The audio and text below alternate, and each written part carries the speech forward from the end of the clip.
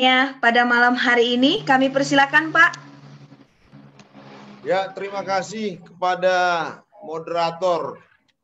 Saya panggil apa ini? Bu Dina Wati Veronica Napitupulu dari Milenial Simalungun. Dan juga ya nggak usah canggung lah, nggak apa-apa. Kita santai saja, nggak usah terlampau tegang karena ini kan apa namanya Milenial Mars Simalungun bersama WD Bisa. Luar biasa nih, luar biasa. Saya sangat senang ini diundang di acara ini. Namun sebelumnya saya sampaikan Assalamualaikum warahmatullahi wabarakatuh. Selamat malam dan salam sejahtera buat kita semua kelompok milenial Simalungun. Saya sangat paham betul seperti apa yang dilakukan hari ini dan saya merasa bangga dan terhormat saya bersama-sama kelompok milenial masa depan Simalungun. Tentu ini juga kita tahu bersama sekarang ini sedang terjadi hiruk pikuk kontestasi masing-masing calon di pilkada Simalungun pada tahun ini. Dan sekarang sudah masuk pada tahapan kampanye. Saya melihat wah luar biasa sudah seperti terjadi perang apa nih, perang udara kan gitu.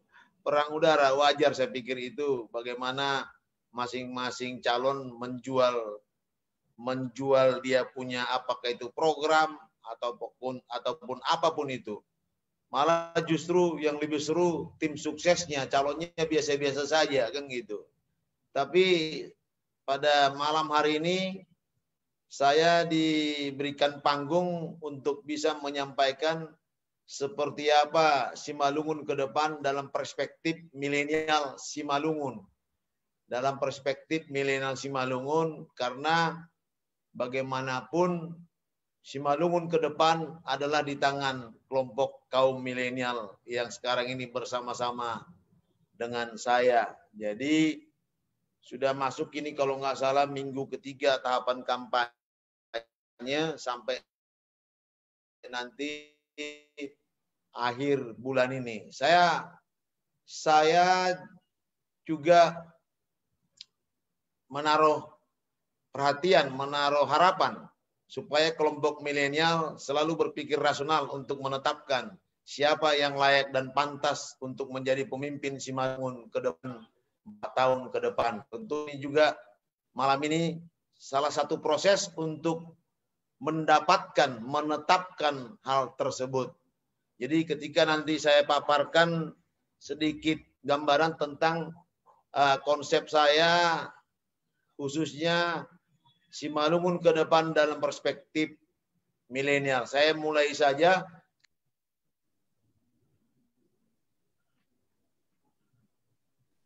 Ya, kita visi dan misi saya, visi dan misi WD Bisa, yaitu bagaimana kita mewujudkan Simalungun unggul.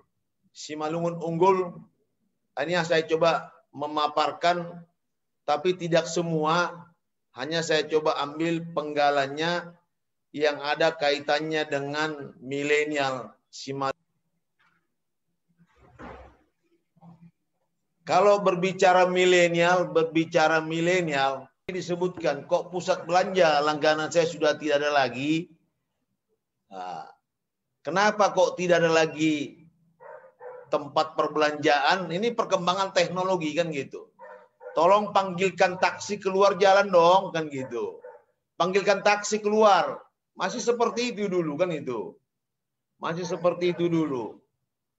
Gedung pesta itu di mana ya? Susah kita mencari lokasi.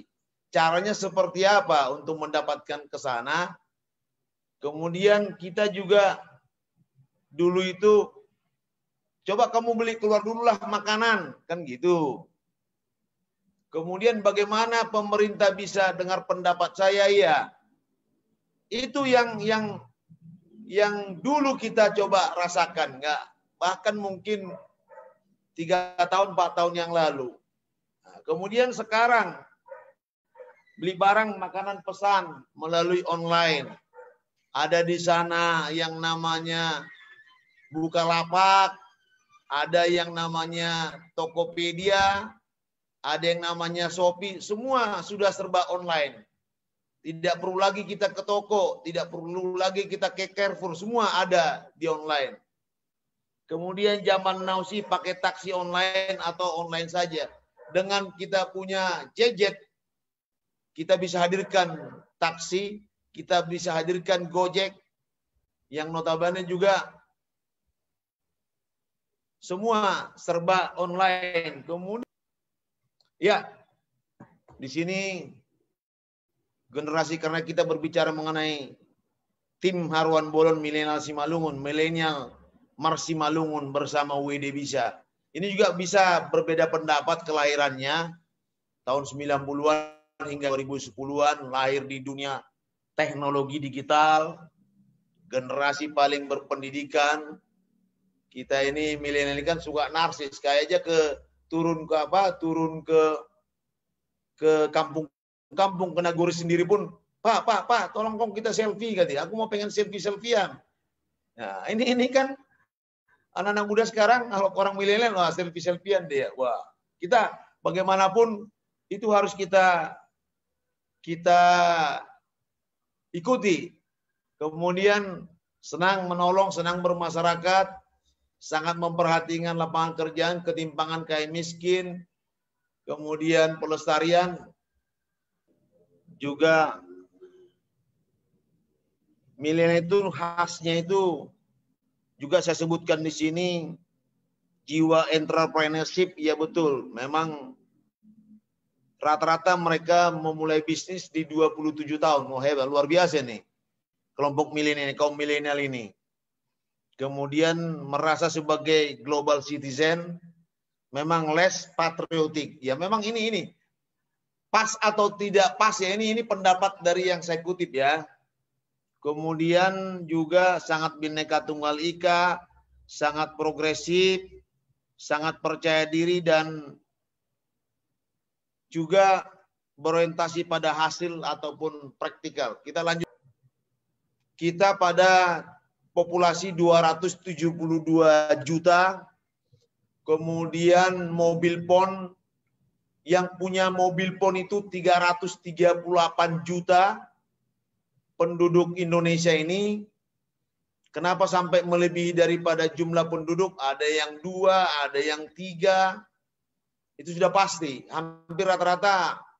Ya apalagi pengusaha, apalagi dia apa? Ada pengusaha, ada sampai 3 atau 4. Kemudian pengguna internet. Pengguna internet 175 juta.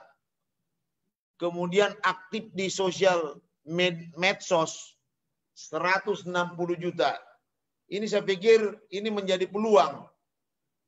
Ini menjadi peluang buat bagaimana kita bisa melaksanakan aktivitas kita kesehariannya, bagaimana kita bisa berusaha. Ini yang bisa kita coba oleh orang milenial itu memanfaatkan, khususnya yang berkaitan dengan internet sekarang ini. Ya lanjut. Ini visi dan misi. Visinya yaitu Simalungun unggul. Dengan misi ada 4. Mewujudkan infrastruktur, ya. Mewujudkan kualitas sumber daya manusia, ya. Mewujudkan ekonomi yang berdaya saing, ya, dan berkeadilan. Kemudian pengelolaan pemerintahan yang bersih, efektif, dan terpercaya. Saya ambil penggalanya di poin daripada 2 yang sangat terkait dengan kaum milenial. Ini kalau isu strategis, saya pikir ini juga kita sudah tahu di Simalungun seperti apa. Infrastruktur daerah rusak, daya saing SDM-nya rendah, belum unggul, ekonominya masyarakatnya stagnan, pelayanan publiknya juga lambat, tata kelola pemerintahannya tidak profesional. Yang sangat terkait dengan kaum milenial yaitu misi yang poin nomor 2, mewujudkan kualitas sumber daya manusia melalui peningkatan mutu pendidikan, kesehatan, dan kesejahteraan sosial. Lanjut. Ini menyangkut daripada kualitas sumber daya manusia, human capital. Kita tahu Singapura itu ketika pada tahun jauh-jauh sebelumnya dia lebih kepada bagaimana membangun kualitas sumber daya manusia. Mereka tidak punya sumber daya alam, tidak punya sumber daya buatan pun sangat-sangat minim. Tapi mereka punya kehebatannya, manusianya, human capitalnya. Lanjut. Di sini saya coba mencuplik apa yang disampaikan oleh Michelle Obama. Generasi muda sekarang ini bukanlah kurang pintar, tapi kurang tangguh menghadapi kegagalan. Padahal kegagalan adalah bagian dari perjalanan menuju kesuksesan. Kita wujudkan fighter technopreneur. Fighter technopreneur. Wira usahawan melek teknologi yang berkarakter pejuang. Ini yang sebenarnya diharapkan kepada kaum milenial, yaitu fighter, wira usahawan yang melek teknologi tapi berkarakter pejuang. Ini katanya saya cuplik dari Michelle Obama. Lanjut. Potensi Simalungun. Saya gambarkan di sini potensi Simalungun. Sumber daya alamnya luar biasa. Danau Tobanya, danau pantai terpanjang yang ada di wilayah kabupaten terpanjang di kabupaten sejajaran Danau Toba. Tapi jangan dibandingkan dengan Samosir. Kalau panjang pantainya ada di Simalungun. Kemudian di Simalungun itu ada Tinggi Raja. Saya udah ke sana juga. Luar biasa indahnya, hebat. Di daerah Silokahean kalau tidak salah. Di daerah Silokahean saya sudah pernah ke sana dari Silokahean tembus ke Marubulokung. Hanya memang jalannya luar biasa juga. Tantangan juga. Sampai ban mobil saya itu koyak di sana itu karena batu-batunya lumayan tajam lah. Tempat pemandian juga banyak di Simalungun. Kemudian yang artinya yang alami. Di Sidamanik aja ada 2. Tahu itu saya kira Dina Wati kan benar ya ada di Sidamanik tempat pemandiannya. Satu Bahdamanik, satu lagi apa namanya? Yang di di Maraja itu? Air Manik, Bahdamanik, Pak.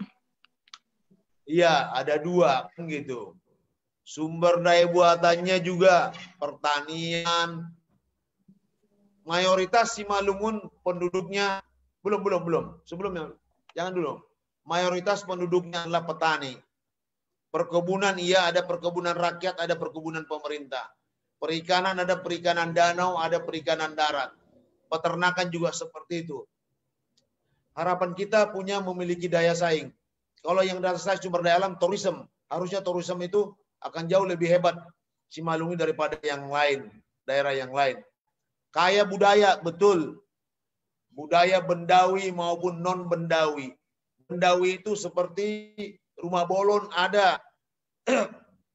Kemudian juga ada tempat-tempat yang makam-makam yang bisa diinikan ya dengan cagar-cagar alam lah. Non-bendawi, seni. Luar biasa kayanya Simalungun ini. Karena apa? Simalungun ini kan terdiri dari banyak suku. Suku Simalungun saja itu sudah banyak dia punya budayanya, tariannya, lagunya.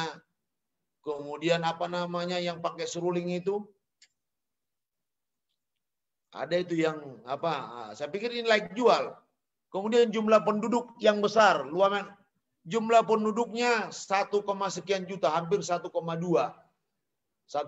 juta, terbesar, termasuk besar. Simalungun itu. Ini juga bisa menjadi apa, bisa dikapitalisasi. Seperti apa? Kalau dia bisnis apa dengan masyarakat yang besar saja mengkonsumsi sesuatu apa, ini juga bisa berpotensi, bisa kita manfaatkan supaya bisa bagus, supaya bisa juga apa namanya ekonomi kita baik. Kemudian ini yang harus kita fighter technopreneur. Ini yang menjadi brandnya, diferensiasinya kaum milenial dengan kaum yang lain. Artinya ini ketika dikelola dengan kemasan teknologi, saya pikir ini sangat luar biasa. Lanjut, nah, ini kira-kira seperti apa wirausaha yang punya pejuang, yang berkarakter pejuang. Pengusaha wirausahawan yang berkarakter pejuang. Tentu kaum milenial juga harus berani keluar dari zona nyamannya. Harus berani. Jangan hanya, ya gimana lah kita ini. Ini harus berani keluar dari zona nyaman. Dari comfort zone-nya. Harus proaktif dan kreatif. Iya, memang harus seperti itu sekarang ini. Kaum milenial itu yang menonjol itu adalah kreativitasnya. Kreativitasnya. Sekarang ini kita lihat coba. Usaha saja anak-anak milenial dengan gerai yang sangat kecil, tapi dengan online luar biasa penghasilannya. Luar biasa. Nggak perlu tempat-tempat yang besar. Nggak perlu. Istilahnya office without offices kan gitu kan. Cukup dengan gerai yang kecil ukuran 2 meter kali apa. Wah, luar biasa. Semua melalui apa? GoFood, pesanan. Berani turun ke desa. Membangun dari desa ke kota. Saya pernah baca bukunya Renal Kasali. Dengan kalau tidak salah disruption itu. Di situ juga harus berani kita turun ke desa. Membangun desa dari desa ke kota. Berani mencoba dan mencoba. Tidak gampang menyerah. Iya. Kemudian adaptif terhadap perubahan. Adaptif terhadap perubahan. Ada 3 sebenarnya perubahan itu. Kalau saya pernah baca juga bukunya Cheng ya. Cheng itu ada 3 bisa berubah secara otomatis ketika kita mulai dari anak-anak sampai dewasa itu berubah secara otomatis. Kemudian ada juga kita berubah supaya kita tetap eksis. Kita harus berubah. Kita harus berubah supaya tetap kita eksis. Ada juga yang ketiga, berubah karena dipaksa oleh kondisi. Berubah karena dipaksa oleh kondisi. Seperti apa yang diharapkan itu? Yang diharapkan itu kita menciptakan perubahan itu. Supaya apa? Supaya jangan kita tergilas akan perubahan. Sekarang banyak perusahaan-perusahaan besar yang tidak mau berubah sudah pada tutup. Banyak yang tutup, yang tidak mau berubah dia. Kemudian manfaatkan teknologi dengan apakah itu aplikasi, apakah itu dengan digitalisasi. Sekarang ini juga mau pesan apapun cukup melalui Android. Mau buat apa, mau bayar apapun cukup dengan semua ada di handphone Android ini. Lanjut.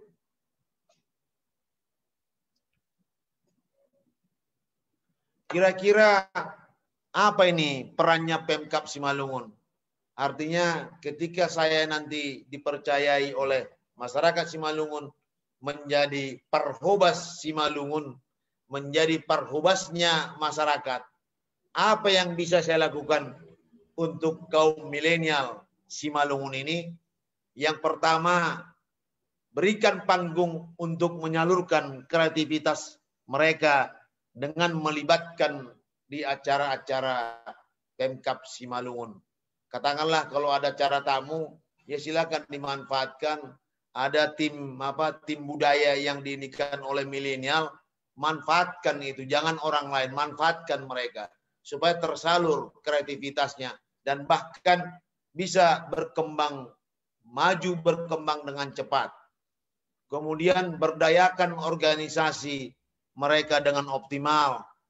Apakah itu dengan Himapsi, apakah itu dengan Karang Taruna, ataupun organisasi-organisasi lainnya yang syarat dengan di sana itu kaum milenial. Kalau Himapsi sekarang 2, ya nanti kalau udah jadi harus kita satukan itu. Nggak perlu ada lagi 2 Himapsi. Bagaimana menyatukannya? Ayo kita nanti duduk bersama. Karena dengan seperti sekarang ini, saya pikir juga kurang baik ke depan bagaimana Simalungun untuk 2021-2024. Kemudian libatkan dalam pengambilan kebijakan, terutama menyangkut kepentingan kaum milenial. Artinya minta masukan kepada mereka.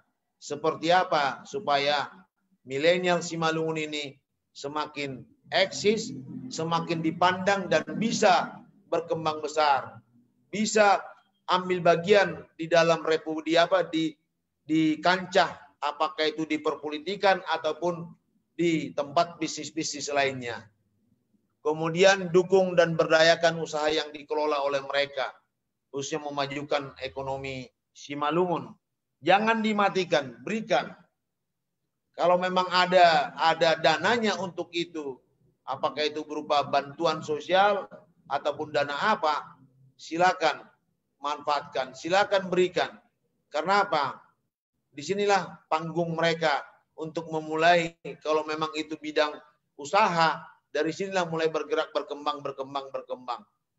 Contohnya katakanlah pertama dengan modal sekian, dengan sekarang ini ngetrennya startup itu dengan modal maksimum sekian, silakan difasilitasi.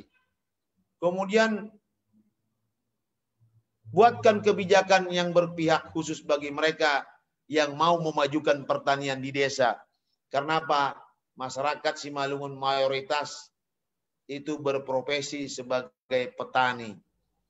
Dan hilangkan image bahwasanya petani itu identik dengan miskin. Gimana caranya?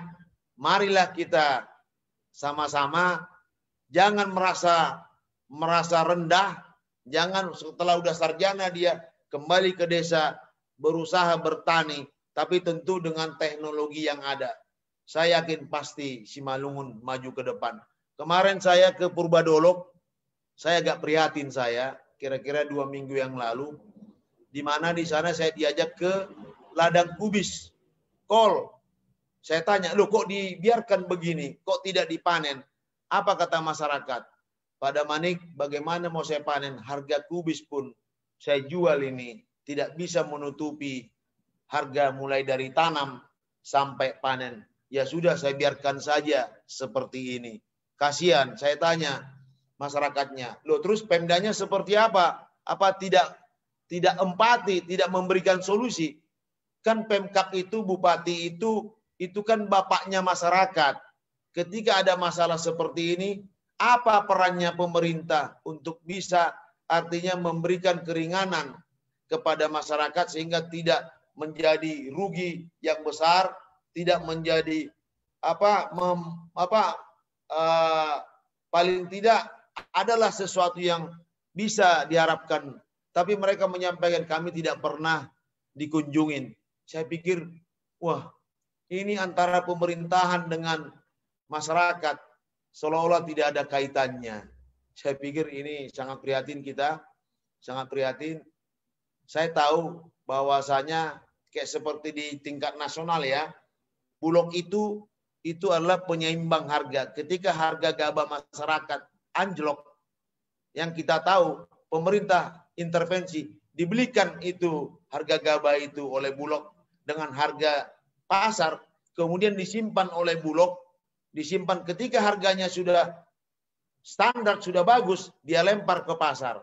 Dia jual. Sehingga masyarakat terbantu, pemerintah juga tidak terlampau rugi. Harapan saya kemarin itu seperti itulah pemerintah Kabupaten Simalungun untuk bisa memberikan solusi kepada masyarakat. Makanya saya katakan di sini, buatkan kebijakan yang berpihak. Ketika ada kaum milenial yang mau turun ke desa, memajukan pertanian di Simalungun. Saya pikir itu hal yang wajar. Karena apa? Mayoritas penduduk Simalungun adalah petani. Kira-kira 3 tahun, 4 tahun yang lalu saya baca ada suatu media mengatakan Kabupaten Simalungun adalah kabupaten termiskin di Sumatera Utara. Kenapa? Karena moneternya apa istilahnya itu sangat rendah sekali. Sangat rendah. Salah satu penyebabnya pertanian yang tidak dikelola secara profesional. Karena apa? Saya kira kita juga sependapat di Simalungun itu petani itu lebih kepada turun-temurun. Turun-temurun dia. Teknologi kurang begitu dilibatkan. Kemudian peningkatan kualitas pendidikan melalui sekolah unggulan. Kita tahu sekarang di Simalungun SMA plus PMS pun sudah nggak ada lagi. Sekolah unggulan di Simalungun sepertinya sudah tidak ada lagi. Bagaimana kita membangun sumber daya manusia kaum milenial yang hebat, yang betul-betul bisa kita harapkan, sangat-sangat miskin sekarang ini di Simalungun. Makanya ketika saya nanti dipercaya oleh masyarakat Simalungun untuk menjadi Parkobas, saya akan hidupkan lagi, saya akan bangunkan lagi kembali sekolah-sekolah unggulan ini. Supaya apa? Supaya output daripada sekolah unggulan itu bisa masuk di perguruan-perguruan yang ternama di Republik ini. Dengan demikian akan lahirlah kaum milenial yang punya intelektualitas tinggi. Dengan demikian dia punya kemampuan untuk membangun kampung halamannya. Kemudian bangun jaringan internet yang bisa dijangkau seluruh desa. Karena apa? Ketika seseorang katakanlah mau turun ke desa, dia mau memasarkan hasil buminya, cukup dengan Android, cukup dengan online. Bagaimana bisa memasarkan dengan online kalau internet pun di desa tersebut tidak bisa terjangkau? Ini juga menjadi hal yang penting yang bisa menjadi solusi agar orang tertarik untuk berbisnis di desa, tertarik untuk bisa berusaha di desa. Kemudian juga naikkan sedikit, bisa nggak? Bisa naikkan, ada di situ yang di apanya? Berikan, bukan itu. Jadi di sini juga berikan juga ruang untuk menjadi politisi. Saya pikir nggak salah. Kaum milenial juga bisa masuk di politik. Salah satu contoh yang saya undang ketika kami mengantarkan dukungan KTP, yaitu William yang anggota DPRD yang di DKI itu juga masuk dalam kaum milenial karena dia lahir kalau tidak salah tahun 95 umurnya. Dia mahasiswa UI baru tamat dari UI Fakultas Hukum, yang kebetulan junior daripada anak saya. Dia bisa masuk di politisi dan bagus, kenapa tidak? Makanya juga pemerintah juga memberikan ruang itu untuk kaum milenial maju menjadi politisi yang benar. Kemudian terakhir saya lanjut. Terakhir di sini saya inikan, barang siapa ingin mutiara harus berani terjun di lautan yang dalam. Barang siapa pengen hebat harus berani dia terjun di lautan yang dalam. Kalau hanya ragu-ragu, saya pikir tidak akan bisa kita wujudkan kaum milenial yang hebat. Dan terakhir, saatnya desa membangun Simalungun. Saatnya desa membangun Simalungun. Mari kita, ayo kita datang ke desa supaya desa itu kita bangun. Dengan demikian Simalungun ke depan akan semakin baik, semakin maju, dan terakhir Simalungun akan menjadi unggul dimanapun, unggul di segala bidang. Saya pikir itu saja dari saya, dan di sini terakhir terima kasih atas kesempatan yang diberikan kepada saya. Nanti kalau ada hal-hal yang mau ditanyakan, saya siap. Dan ini juga sebenarnya bukan hebat-hebat banget, tidak. Ini hanya supaya kita membuka mindset kita bahwasanya di Simalungun juga bisa kita berkarya. Di Simalungun juga kita bisa berusaha. Di Simalungun juga kita bisa menyalurkan kreativitas kita. Inilah yang bisa saya sampaikan dan saya kembalikan kepada moderator. Silakan Dina Wati Veronica. Baik, terima kasih kepada Bapak Irjen Pol Wagner Damanik. Pemaparannya yang luar biasa untuk kita milenial ini menentukan pilihan kita yang sangat tepat seperti itu ya. Kita tidak mau salah pilih terhadap pemimpin Simalungun. Dan kita juga sudah melihat tadi bagaimana Bapak Wagner sudah menjelaskan pemaparannya. Menurut saya sudah sangat jelas. Dan untuk kali ini saya akan membuka sesi pertanyaan. Untuk sesi pertama mungkin saya bisa berikan kepada 3 orang. Ya, kita bawa saja dengan diskusi santai. Boleh ditanyakan kepada Bapak Wagner Damanik mungkin tadi dari pemaparannya ada yang ingin lebih ditanya secara detail atau mungkin mendalam. Boleh segera bertanya dan atau mungkin bisa raise hand dari pilihan menu yang ada di Zoom. Atau juga boleh dari via chat. Oh, ternyata di sini sudah ada ya. Di ruang chat kita sudah ada Bapak list beberapa penanya. Dan list penanya untuk yang pertama, kami persilakan kepada Saudara Joshua Huta Barat. Halo, Bang Joshua. Aku di sini bentar ya.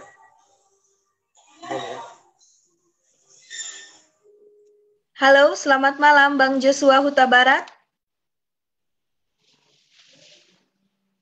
Halo Kak. Ya. Halo Kak. Ya, baik, sudah jelas suaranya. Bang Joshua, silakan Bang, langsung saja diberikan pertanyaannya kepada Bapak Wagner. Baik, selamat malam Pak. Sebelumnya saya izin, saya masih pelajar nih Pak. Dulunya sekolah saya SMA Plus Pertomojono Simalungun Pak, tapi sekarang udah diganti nama jadi SMA Negeri 1 Plus Raya yang tadi Bapak singgung, SMA Plus PMS Raya Pak. Terus tadi Bapak bilang kan perlu Pak bilang tadi untuk meningkatkan sekolah-sekolah ini, untuk meningkatkan kemajuan Simalungun juga perlu dari dukungan dari sekolah-sekolah Pak ya kan. Nah terus kan Pak, saya lihat beberapa tahun semenjak Bapak Bupati kita yang sekarang ini, Bapak Dr. J.R. Saragi, beliau lebih mengutamakan sekolah beliau untuk difamorkan atau diperkenalkan di lingkungan Simalungun. Jadi kami sekolah unggulan-unggulan ini yang ada di Simalungun juga jadi down mental kami gitu Pak. Jadi pertanyaan saya sama Bapak, untuk langkah Bapak ke depannya untuk mengatasi hal ini gimana gitu Pak, biar menyamaratakan seluruh derajat sekolah-sekolah di Simalungun dan hanya mengunggulkan Evarina gitu deh Pak. Mungkin bisa gitu ya Pak ya. Terima kasih Pak. Baik, terima kasih kepada Bang Joshua Huta Barat. Ya, saya boleh simpulkan pertanyaannya terkait pendidikan ya Pak. Ya Bang Joshua. Ini Pak Wagner tadi sudah disinggung tentang pendidikan di Simalungun. Mungkin boleh saja langsung dijawab ya Pak. Oke, nggak apa-apa. Siap. Jadi saya jawab aja ya. Saya jawab betul yang disampaikan oleh Joshua Huta Barat. Kalau tidak salah tadi saya simak, beliau ini adalah lulusan SMA Plus PMS. Begitu betul ya Pak Huta Barat ya, Huta Barat ya. Lulusan SMA Plus PMS ya.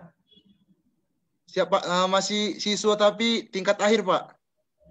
Oh ya, SMA, oke. Siswa SMA ya, SMA ya. Ya, tapi tingkat akhir Pak. Ya, jadi saya memang itulah saya ceritakan sedikit tentang SMA Plus PMS Raya. Saya tahun 96 itu saya Wakapolres di Simalungun.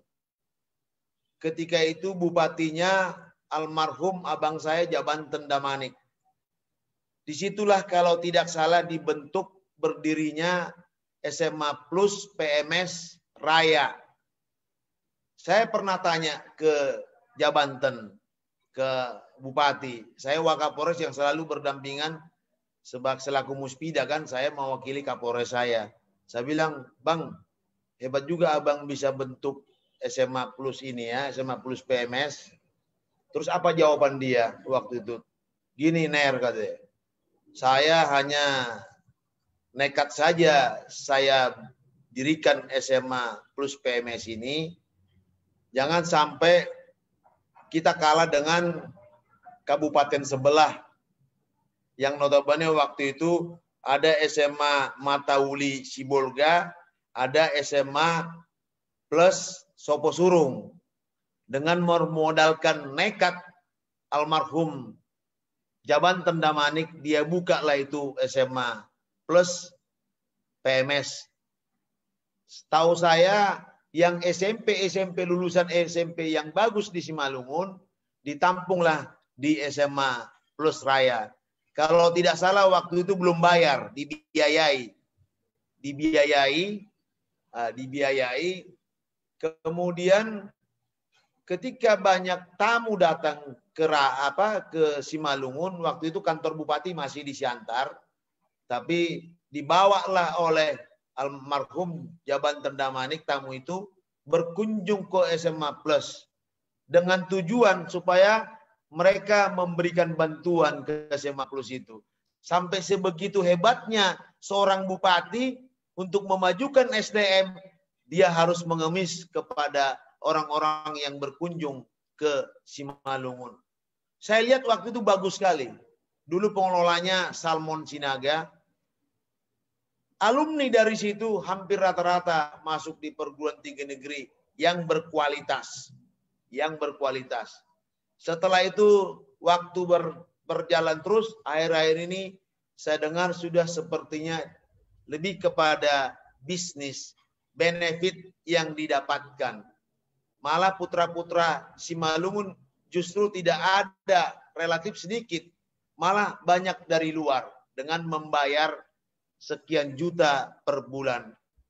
Kemudian dari situlah mulai menurun ini.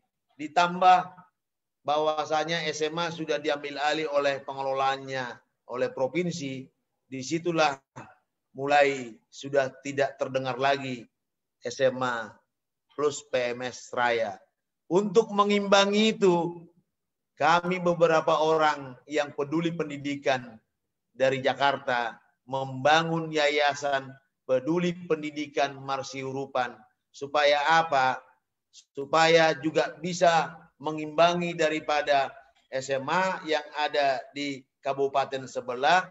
Kami sudah bisa prediksi waktu itu ketika SMA Plus PMS ini tidak bisa secara maksimal.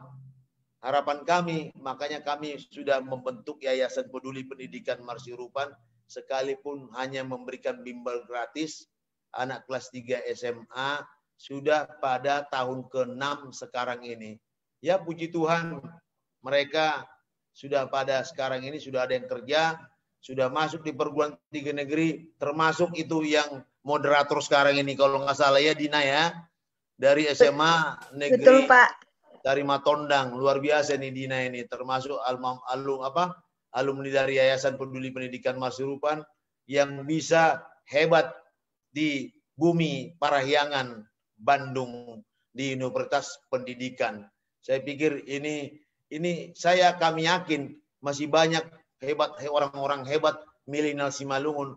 Hanya sebenarnya yang terpenting pemerintah, orang-orang yang peduli dengan Simalungun, mari kita wujudkan supaya Simalungun lebih hebat. Kalau saya nanti jadi Joshua Huta Barat, saya akan hidupkan lagi itu SMA Plus PMS dan akan saya carikan lagi SMA yang hebat supaya berkompetisi, supaya ada bersaing dia untuk lebih bagus lagi. Karena kalau sendiri sepertinya juga kurang bagus. Mana SMA unggulan yang bisa kita lakukan? Kalau di Raya, saya pikir SMA GKPS juga luar biasa itu. Karena dia ditampung diasramakan. Kemudian itu bisa kita maksimalkan. Bisa. Sangat-sangat bisa Joshua. Kenapa? saya sampaikan ke masyarakat Simalungun, nggak usah bayar pun saya kira bisa. Gratis semuanya bisa. Kenapa? Karena CSR, perusahaan-perusahaan di Simalungun sangat-sangat dimungkinkan untuk memberikan bantuannya. Apakah itu berupa CSR, kita bayangkan PT PEN4 tahun 2018-2019 ke yayasan kami, itu Yayasan Peduli Pendidikan Marsirupan, mereka bantu 1,2 miliar tahun 2018-2019. 2019-2020 mereka bantu kami 600 juta. Ditransfer diinikan dengan 1,2 miliar 400 orang. Karena satu orang kita bayar ke Ganesha Operation 3 juta. Nggak usah khawatir Joshua, tapi belum sempat lah. Kamu kan kelas 3. Ya, kalau Tuhan mengizinkan saya jadi Parhobas tahun depan, kita akan hidupkan lagi SMA plus PMS. Kenapa? Saya tinggal ngomong aja sama Edi Ramayadi. Edi Ramayadi itu gubernur itu adalah teman saya. Teman saya, sohib saya. Pernah sama-sama tugas di Lemhanas. Jadi kalau Joshua bilang diberikan ke Farina, nanti saya buka nggak enak juga kan gitu. Seperti apa? Memang saya tahu CSR itu dialihkan ke SMA. Saya tidak menyebutkan SMA siapa, tapi itulah faktanya yang terjadi. Saya yakin kalau nanti 2020 ini terpilih, dipercayai oleh masyarakat, saya akan lakukan untuk membangun kembali SMA unggulan di Pematang Raya, dan saya akan manfaatkan dana-dana CSR yang dari perusahaan dan saya buka ke publik. Supaya apa? Supaya orang juga bisa mengawasi dana tersebut sehingga orang semakin percaya untuk menaruh ataupun menyekolahkan anaknya di Pematang Raya. Begitu Pak, begitu Joshua Huta Barat. Silakan. Saya kembalikan ke Dina. Silakan Dina. Baik, terima kasih kepada Bapak Wagner karena ini ada 3 pertanyaan untuk sesi pertama. Jadi langsung saja dulu dibacakan pertanyaannya, lalu nanti di akhir akan dijawab oleh Bapak Wagner. Langsung saja kami. Oh iya Pak? Tiga orang ya. Baik Pak. Tadi sudah satu ada Bang Joshua. Selanjutnya kami undang kepada Bang Andre Step. Ya, Bang Andre Step mungkin. Silahkan Abang.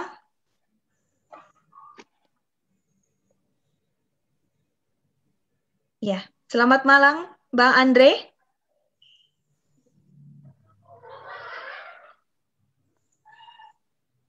Iya, suaranya masih di-unmute. Mungkin boleh kepada host di-unmute dulu suaranya. Diaktifkan dulu Bang audionya.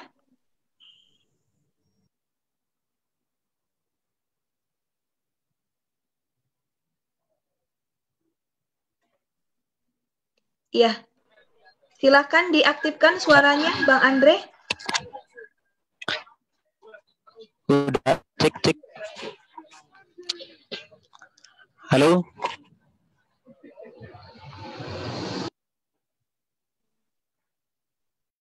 Silakan kepada Bang Andre.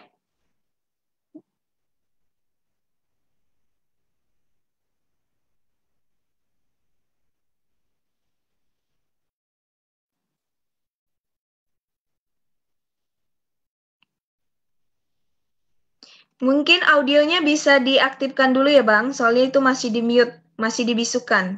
Boleh di-unmute dulu audionya? Udah Kak. Sedih mau masih nunggu. Audio narik. Iya, silahkan Bang Andre. Udah kedengeran Kak? Cek. Sudah. Ya, baik, selamat malam untuk kita semua. Terlebih dahulu saya mengucapkan terima kasih kepada Bapak Wagner selaku calon bupati, karena sebelum mencalon beliau sudah sangat membantu untuk keluarga kami, karena saudara perempuan saya diterima bidik misi di Universitas Mataram. Karena berkat beliau, dia mendapatkan pendidikan dengan beasiswa bidik misi. Terima kasih Bapak Wagner.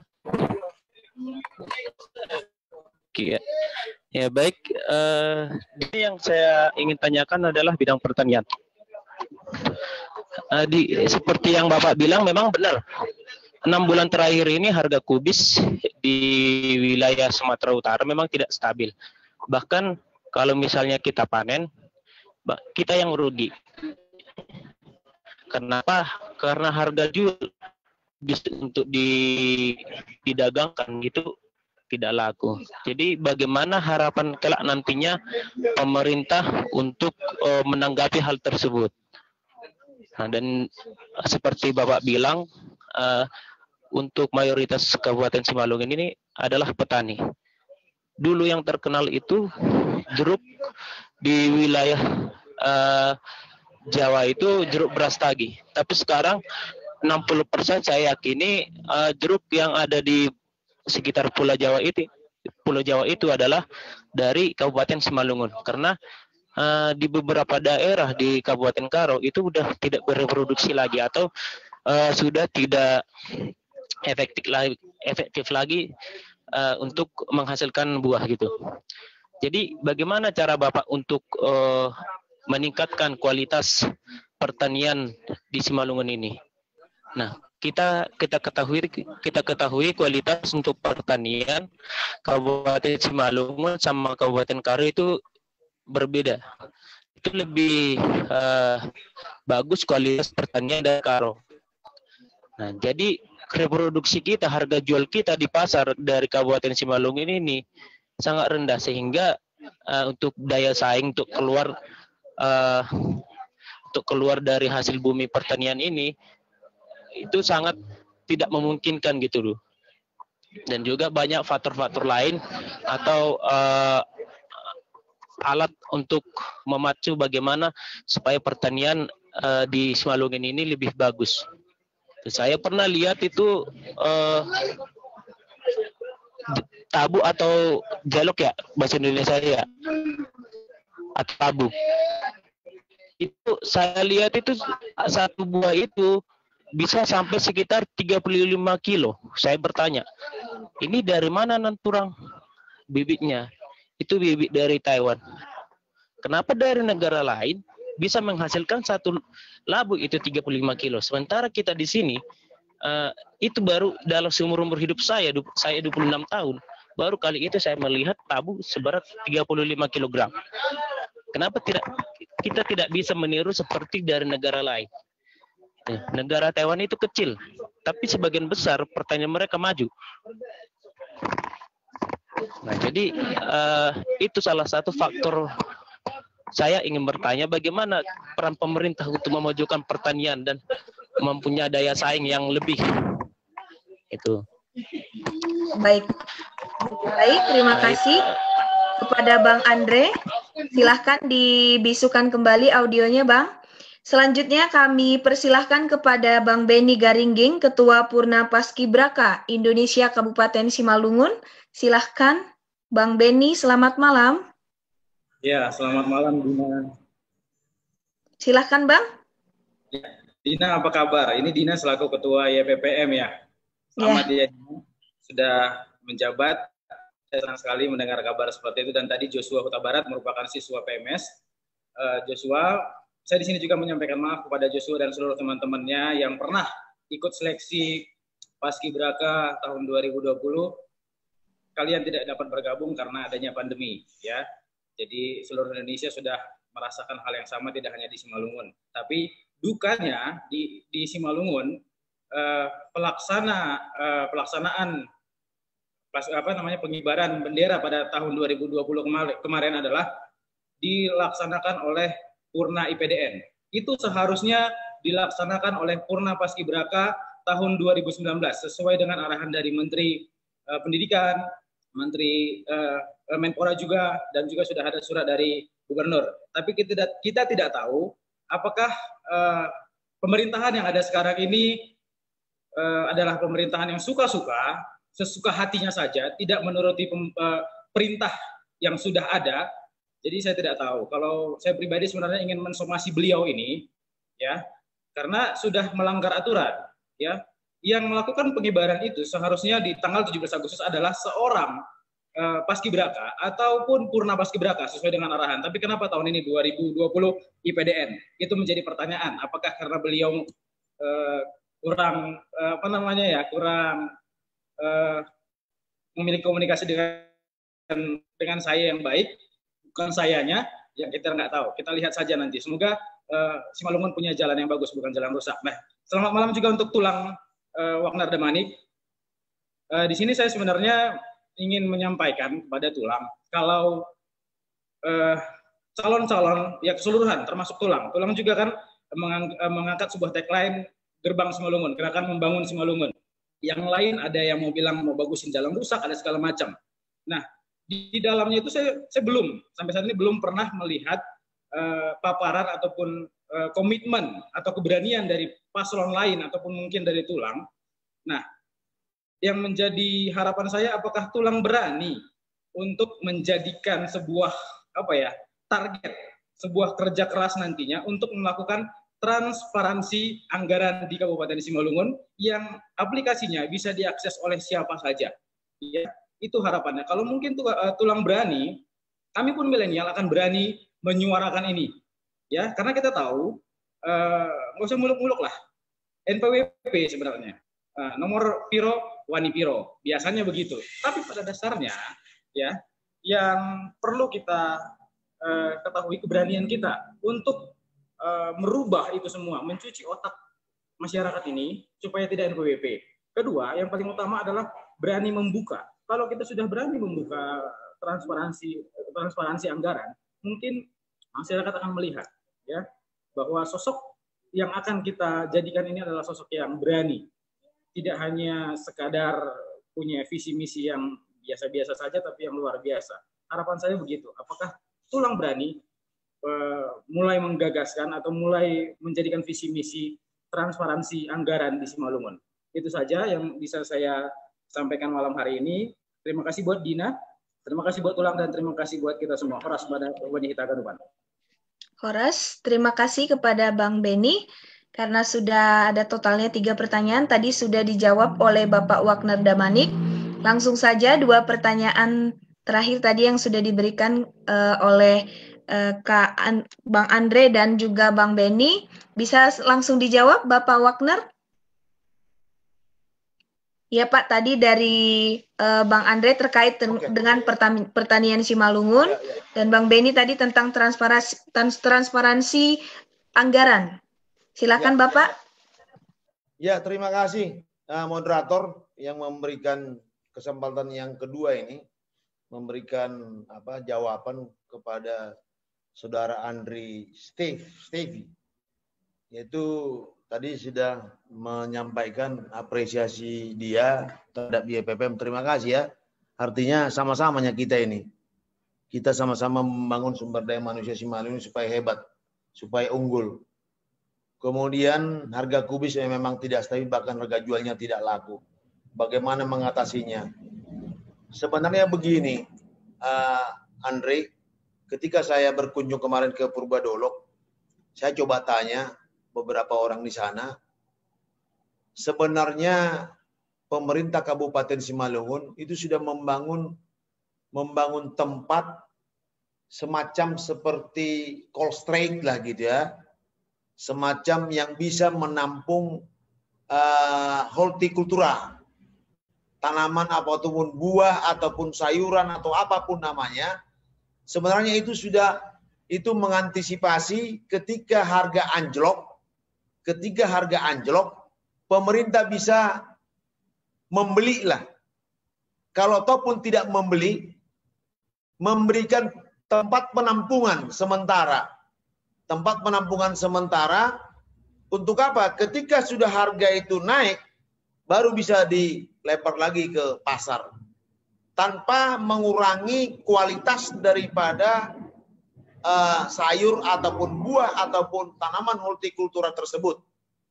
Saya coba cek di arah ke Saribudolok sebelum rest area itu, yang sebelah kanan, itu dulu Pemkab Simalungun membangun untuk mengantisipasi seperti ini. Seperti ini. Saya katakan tadi, ya, yang pertama, Bulog itu penyeimbang harga. Diharapkan juga Pemkab, pemerintah sudah punya tempat untuk menampung sementara hortikultural, yang artinya kalau harga anjlok bisa mereka simpan di sana, setelah harga normal kembali bisa mereka lepas ke pasar, sehingga masyarakat tidak terlampau rugi. Tidak terlampau rugi. Ataupun kalau tidak bisa dibeli oleh pemerintah, minimal diberikan fasilitas penampungan tersebut. Kemudian pertanian bibitnya memang benar. Saya juga mendapat ketika saya turun ke desa-desa, ke masyarakat, saya istilahkan belusukan saya itu identik dengan belanja masalah. Identik dengan masalah. Saya belusukan itu sebenarnya pada kekatnya saya pengen tahu seperti apa masalah di Simalungun. Jadi mengenai bibit pun terus terang saya kemarin di Saribudolok selalu juga ada kontroversi antara bibit yang diberikan berupa bantuan dari pemerintah daerah dengan bibit yang dibuat oleh masyarakat sendiri. Jauh lebih hebat produksi bibit yang dipersiapkan oleh masyarakat setempat daripada bibit yang didistribusikan oleh pemerintah. Kenapa? Mereka juga mengeluh, masa bibitnya dari Jawa Barat, sementara bibit dari kita juga tidak kalah bersaing secara kualitasnya dan semua. Karena memang mereka yang pasti kalau bibit dari luar itu kan tidak mungkin sama keasaman tanah, begitu juga iklimnya dibawa ke Simalungun itu juga pasti berbeda. Sebenarnya di sini tinggal political will daripada pemimpin. Mau enggak masyarakat itu istilahnya dinaikkan ekonominya, mana yang lebih dipentingkan? Menambah kantongnya atau menambah kantongnya masyarakat? Pada hakikatnya sebenarnya pemerintah selalu berorientasi bagaimana meningkatkan ekonomi masyarakat. Jadi harus bisa mengesampingkan hal-hal yang lain itu. Saya memang dapat informasi juga betul jeruk yang beredar, yang ada di pasar sekarang itu mayoritas sumbernya dari Simalungun. Karena di Tanah Karo itu juga sudah sangat terbatas. Lahannya pun, namun pembeli yang ke Simalungun itu adalah berasal dari Tanah Karo, sehingga selalu menyebutkan jeruk Brastagi. Jeruk ini sekalipun itu diambil ataupun bersumber dari Saribudolok, dari Purbadolok, dari Raya. Kenapa bisa terjadi seperti ini? Harusnya saya katakan tadi, pemerintah juga bisa menjembatani antara katakanlah petani dengan katakanlah pembeli atau perusahaan. Ini yang selalu dikatakan link and match antara petani dengan pengusaha. Pemkab, pemerintah di situ posisinya menjembatani dan juga memberikan garansi. Seharusnya seperti itu. Ketika katakanlah pemerintah bisa mencari investor, bagaimana nggak usah jauh-jauh seperti sekarang aku lihat di Dolok Saribu sekarang istilahnya ini bisa memanfaatkan peluang yang kendala menjadi peluang, mereka rubah. COVID-19 mereka menanam jahe merah. Sekarang harga jahe merah luar biasa meningkat. Mereka sekarang orang COVID susah, tapi mereka justru mendapatkan keuntungan. Seharusnya ini sudah harus intervensi oleh pemerintah daerah. Bila perlu katakanlah misalnya jamu sido muncul atau dekatkan untuk kepada si petani sehingga mereka tidak dikelabui oleh tengkulak. Sebenarnya disinilah perannya pemerintah. Pemerintah harus mau menjembatani sehingga masyarakat tidak dirugikan. Itu saya pikir untuk yang dikatakan perannya pemerintah. Kemudian Beni Garingging, ini juga hebat ini, Beni Garingging. Nah, kawan ini sangat energik. Saya sudah pernah ketemu juga. Kalau tidak salah juga dia buka usaha. Saya pikir harus berani apa Nagolan ya. Kalau tadi Paskibraka tidak dimanfaatkan oleh pemerintah sana, saya tidak bisa komentarkan gitu. Kecuali kalau saya nanti jadi bupatinya, boleh namanya Beni Garingging menghadap dan kritik saya kan gitu. Kalau mengkritik pemerintah sekarang sulit. Jadi harusnya memang betul yang dikatakan Paskibraka itu, apakah itu purna atau apa yang namanya pengibar bendera itu memang sudah ini kan Paskibraka ini sudah terorganisir, sudah terstrukturisasi di seluruh Indonesia. Kenapa tidak dimanfaatkan? Saya juga nggak ngerti apa Beni. Nah, nanti kita tanya lah kalau sudah dia turun kali kan gitu. Kalau untuk sekarang susah kan gitu. Kemudian ada Gerbang Simalungun. Gerakan membangun Simalungun bisa juga, gerakan bangun Simalungun juga bisa. Kenapa? Ayo kita bangun. Membangun, ya bangun. Bangkit dari yang ketertiduran sekarang ini. Itu sebenarnya dua maknanya Gerbang Simalungun. Gerakan membangun, ya membangun. Gerakan bangun. Ayo, jangan lelet, jangan apa. Nah, itu. Kemudian yang terakhir, beranikah membuka transparansi? Saya nggak tahu gimana saya buka komitmen saya yang membedakan dengan calon yang lain. Yang pertama komitmen saya. Pertama ada saya buat nggak tahu gimana caranya ini mau ngambil. Saya punya komitmen. Saya secara lisan aja. Komitmen saya tidak toleransi terhadap korupsi. Saya ini penegak hukum. Saya ini Jenderal Bintang 2, nggak mungkin pula saya terlibat kasus korupsi. Malulah saya. Bagaimana enggak? Sempatlah saya ditangkap sama siswa-siswa saya dulu waktu saya KSPN Sampali. Seperti apalah di akhir tugas saya. Kemudian yang kedua, saya berani sudah publikasikan, boleh dilihat di Facebook, di saya Wagner, dan di media sosial sudah berkembang, saya berani buka. Jual beli jabatan tidak akan saya lakukan. Jual beli jabatan tidak akan saya lakukan. Itu sudah saya publikasi.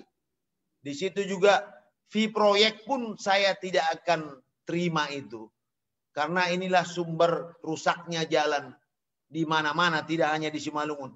Ketika mau bangun jalan, kemudian memberikan sesuatu kepada pejabatnya sampai pada 20%, seorang pemimpin 20%, kemudian ke yang lain, jadinya itu hanya 50%. Seperti apa kualitas yang bisa kita harapkan ketika ada bangunan jadinya itu hanya 50%. Berarti sudah ada sesuatu yang dikurangin.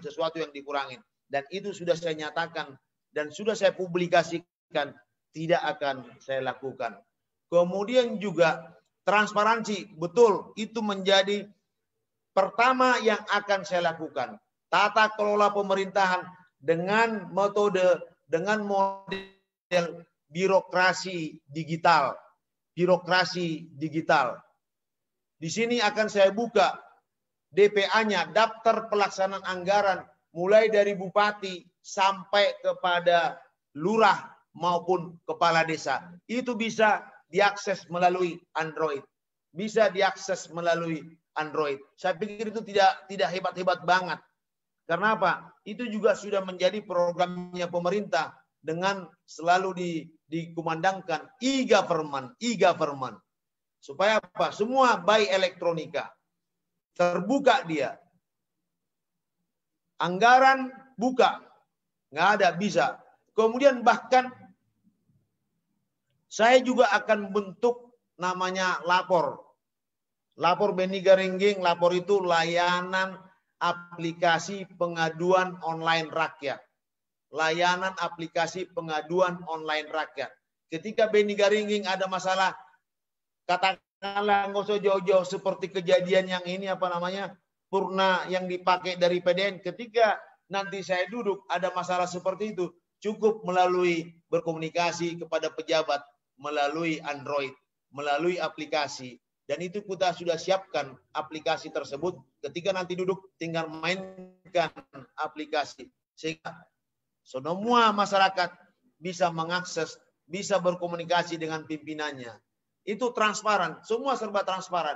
Bahkan saya berpikir semua pembayaran dengan cashless. Cashless, tidak datang menghadap ke seseorang. Supaya apa? Supaya ada jejak digitalnya. Supaya ada jejak digitalnya. Saya nggak tahu, wah ini Facebook di mana kok bisa muncul ini ya. Coba ya. Jadi nggak usah khawatir, sudah saya akan buka. Memang itu menjadi program saya, program prioritas saya. Semua dengan by teknologi, by Android. Itu yang saya sampaikan, transparansi anggaran. Semua terbuka. Anggaran saya sendiri pun saya akan buka. Anggaran, kalau saya duduk nanti jadi bupati, anggaran bupati pun saya buka ke publik. Anggaran kepala dinas saya buka ke publik. Anggaran camat saya buka ke publik. ADD, alokasi dana desa saya buka ke publik. Dana bos saya buka ke publik. Semua saya buka. Saya kira itu saja dari saya untuk menjawab tadi NPWP nomor piro wani piro. Sekarang bukan nomor piro wani piro. Kemarin saya muncul di saya nggak tahu ini apa. Nomor pilihlah WD saat pilkada, ada kepanjangannya. Saya lupa. Oke, silakan. Dina Wati Veronica, saya kembalikan. Baik, terima kasih kepada Bapak Wagner. Itu tadi sudah terjawab pertanyaan untuk sesi yang pertama. Ada 3 penanya. Sudah sangat jelas sekali ya pemaparannya yang sudah disampaikan kepada kita semua. Dan tadi ada saya lihat share screen ya dari Facebook juga bahwa menunjukkan milenial sangat antusias sekali ya. Sudah 264 dibagikan. Siaran langsung hari ini yang kita buat di Facebook juga, dan juga sangat banyak ya Pak dari kaum milenial nih yang sedang menonton hari ini. Nah, boleh ditayangkan ini, dia ada 140 viewers yang sedang melihat ya siaran langsung kita pada hari ini, dan sepertinya sangat antusias sekali dan masih sangat penasaran kepada Bapak Wagner. Dan mungkin tadi untuk 3 penanya sudah cukup jelas ya, atau ada sedikit sanggahan?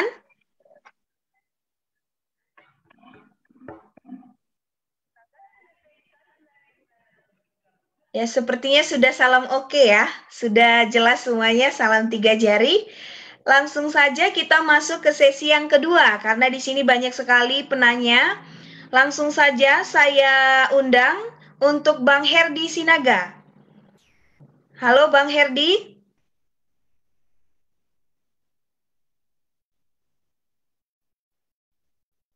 Halo, selamat malam Bang Herdi Sinaga.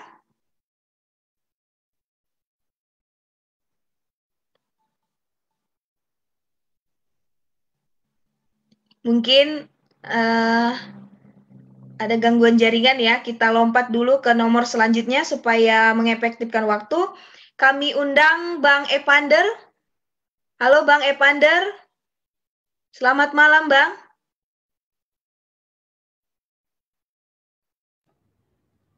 Halo, baru di unmute ini.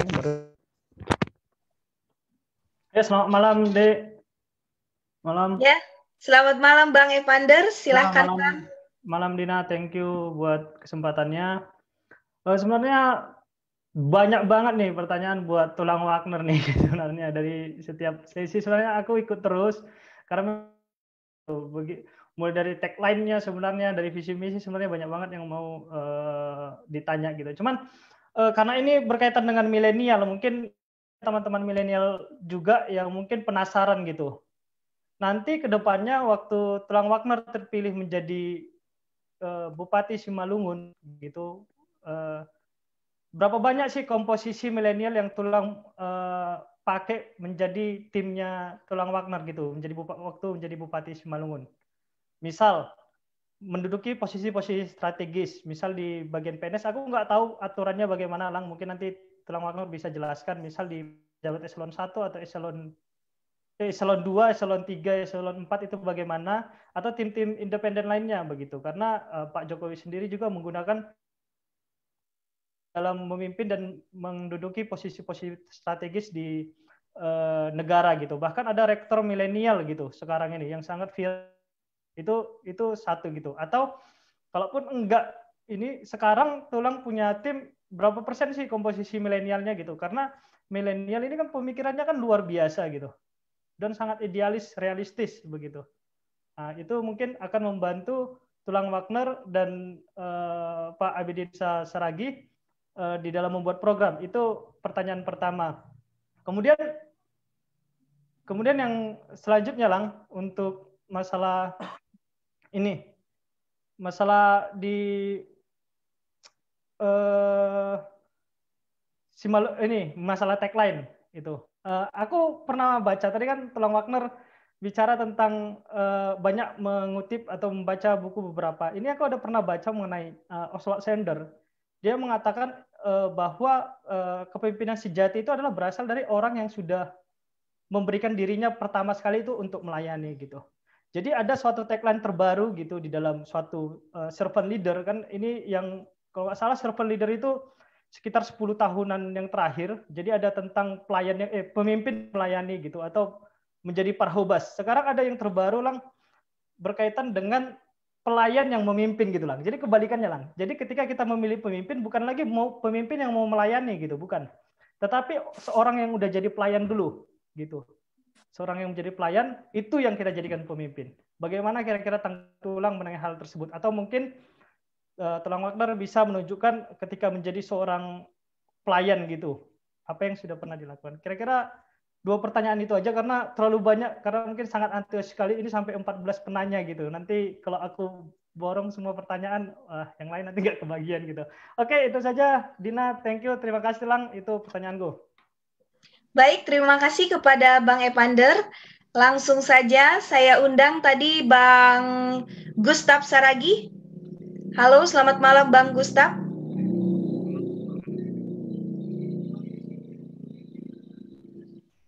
Halo, selamat malam. Udah jelas suaranya?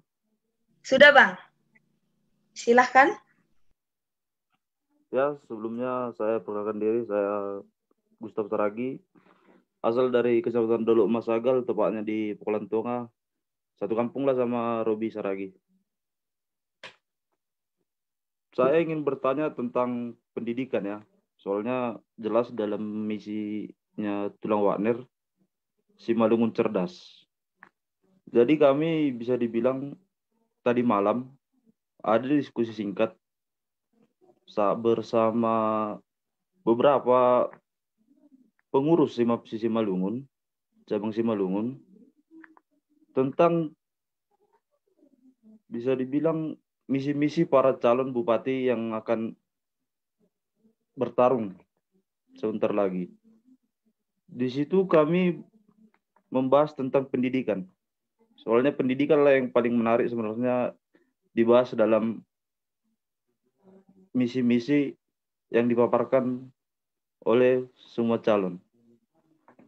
Jadi kami membahas tentang apakah Tulang Wagner bersedia mendirikan sebuah perguruan tinggi negeri di Kabupaten Simalungun.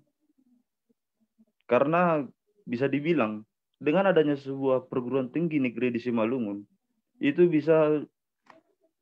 udah bisa dibilang akan meningkatkan mutu pendidikan dan SDM yang ada di kabupaten tersebut. Dan itu kami membahas dengan sangat serius lah, karena itu memang selama ini memang kita tahu di Simalungun sudah banyak SMA unggul, apalagi di Siantar sudah banyak juga SMA, tapi dalam peningkatan mutu pendidikan, apa sebenarnya yang paling menonjol untuk meningkatkan itu sebenarnya ada di pendirian perguruan tinggi negeri. Dan kami berharap bukan dari siapapun yang akan duduk di Simalungun 1, dan kita sama-sama berharap Pak Manik lah yang duduk di Simalungun 1. Jadi kami berharap di sana akan terbentuknya pendirian sebuah universitas negeri di Simalungun ataupun di Siantar Simalungun. Itulah yang kami bahas tadi malam. Memang ini ada sebenarnya ini dibahas dalam misi-misi para calon bupati. Belum ada tentang ingin mendirikan sebuah perguruan tinggi negeri di Simalungun, ini belum ada. Yang dibahas tentang, walaupun banyak yang misi mengatakan Simalungun cerdas, tapi ya kalau dalam pendirian perguruan tinggi negeri itu tidak ada. Jadi kami berharap, Himapsi berharap, khususnya cabang Simalungun, adanya sebuah perguruan tinggi negeri di Simalungun. Karena dengan adanya itu sudah menjamin bahwa kabupaten tersebut sudah mematangkan pendidikan. Dengan matangnya pendidikan di Kabupaten Simalungun, ini, itu sudah menunjang ketenaran kabupaten tersebut, dan mungkin bisa juga memikat dari luar untuk kuliah di perguruan tinggi itu. Contohnya Medan. Di Medan kenapa bisa ada 5 mungkin di Medan perguruan tinggi negeri, dan itu menjadi sebuah tujuan para anak-anak milenial yang ingin melanjutkan pendidikannya jauh-jauh dari Padang atau bahkan dari Pulau Jawa. Bukankah dengan adanya perguruan tinggi negeri di Simalungun itu akan bisa juga menarik para milenial yang ada di luar untuk melakukan pendidikan di Simalungun? Jadi bagaimana tanggapan Tulang Wagner tentang saran dari kami Himapsi Cabang Simalungun untuk didirikannya sebuah perguruan tinggi negeri di Simalungun dalam menjamin peningkatan mutu pendidikan di Kabupaten Simalungun? Terima kasih. Baik, terima kasih kepada Bang Gustaf Saragi. Dan saya ingin ingatkan kembali kepada semua partisipan karena banyak sekali yang antusias untuk bertanya. Jadi saya akan batasi 2 menit untuk memberikan pertanyaannya. Dan langsung saja untuk pertanyaan ketiga, kami serahkan kepada Bang Erwin Sumbaya.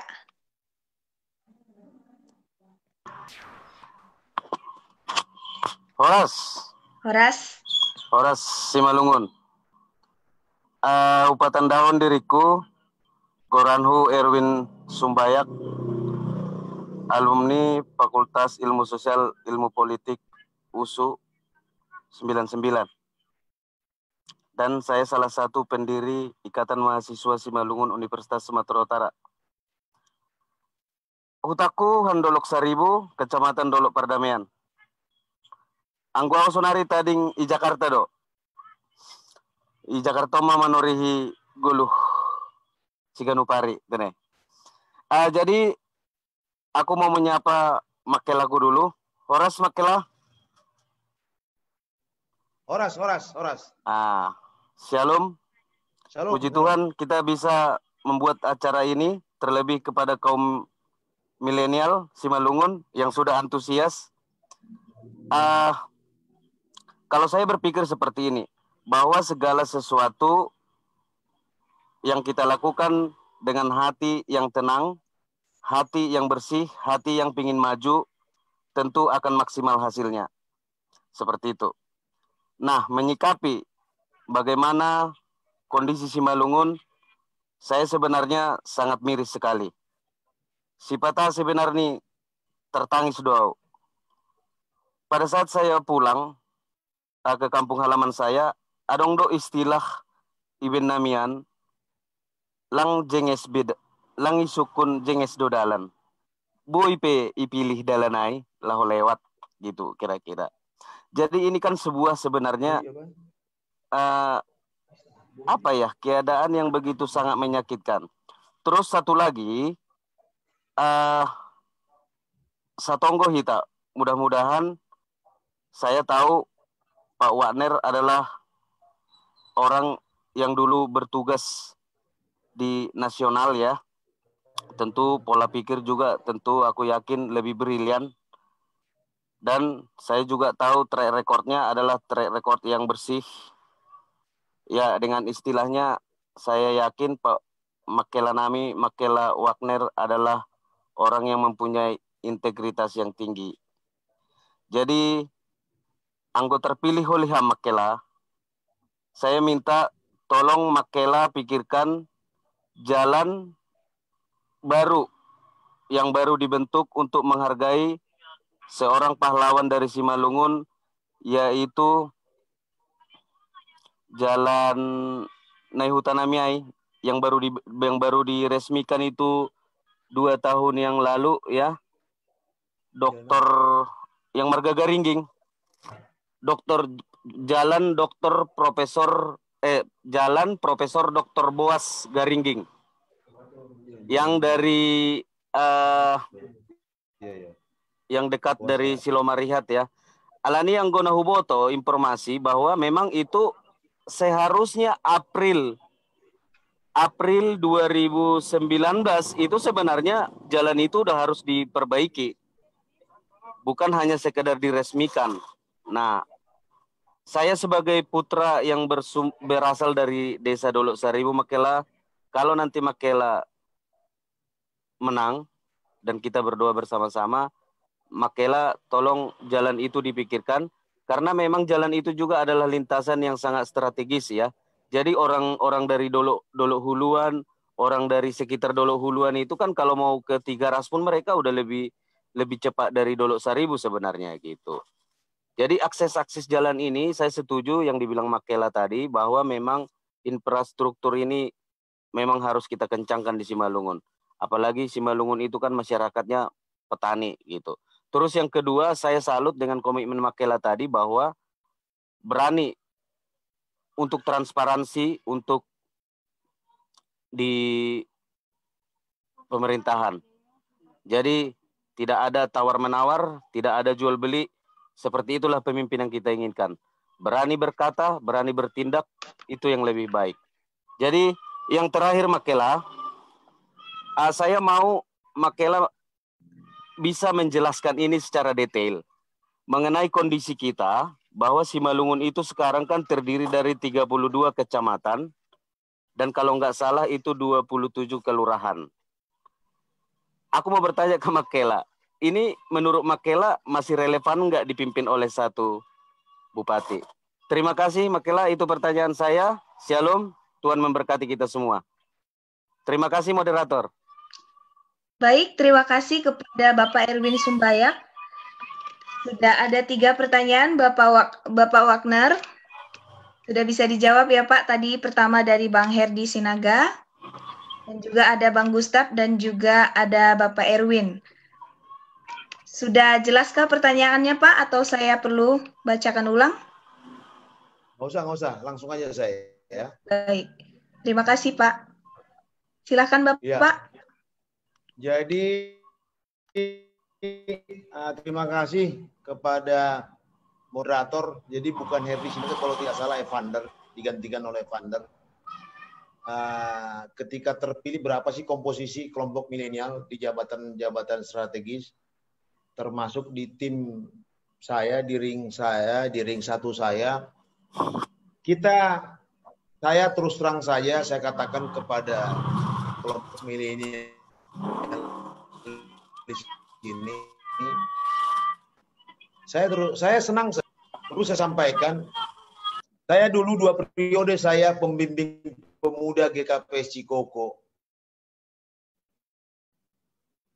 dua periode sama-sama dengan pemikoko. Jadi tidak asing buat saya kaum milenial ini. Kaum milenial ini saya sudah sering bergaul dan saya tahu seperti apa eksistensi daripada milenial. Memang betul kemarin kita lihat ketika Jokowi memanfaatkan staf ahlinya dari kaum milenial, orang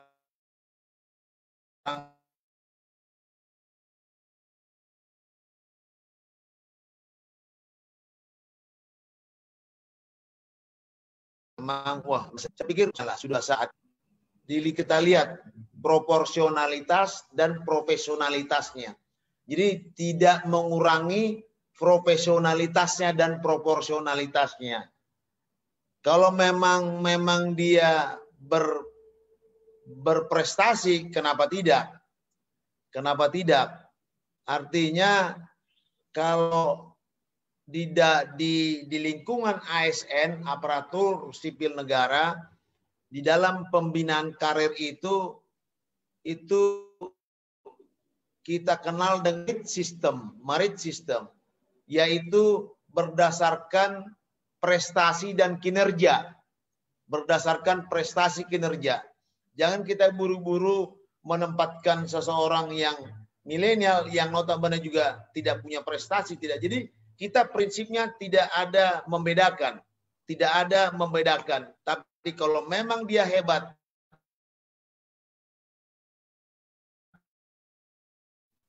berikan dia reward, berikan dia punishment-nya. Jadi punishment and reward. Tapi saya tetap memberikan apresiasi karena bagaimanapun sebenarnya hakikatnya saya sering juga saya katakan dan berani saya katakan, saya juga hadir di Simalungun ini adalah untuk mempersiapkan kader-kader berikutnya. Tugas utama seorang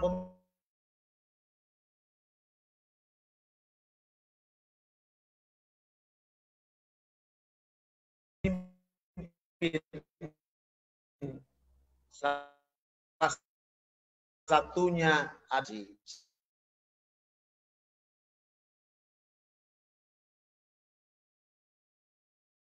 kita persiapkan ke sana. Jadi di tim saya juga banyak orang-orang milenial, banyak di tim saya sekarang ini.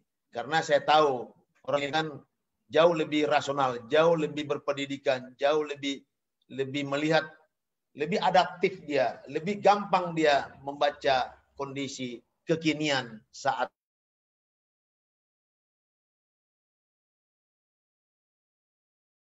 ini.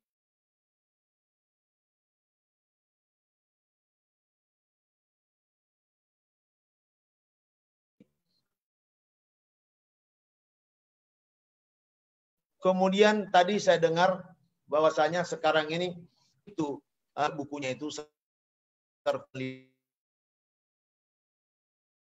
leadership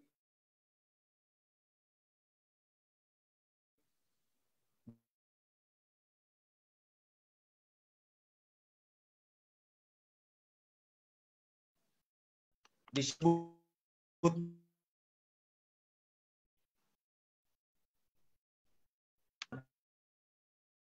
hadir dulu.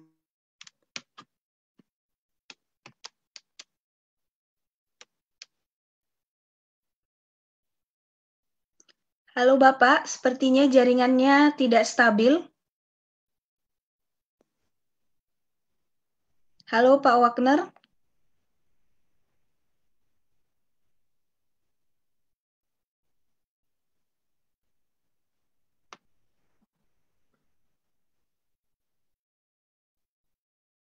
Ya, sepertinya ada gangguan jaringan.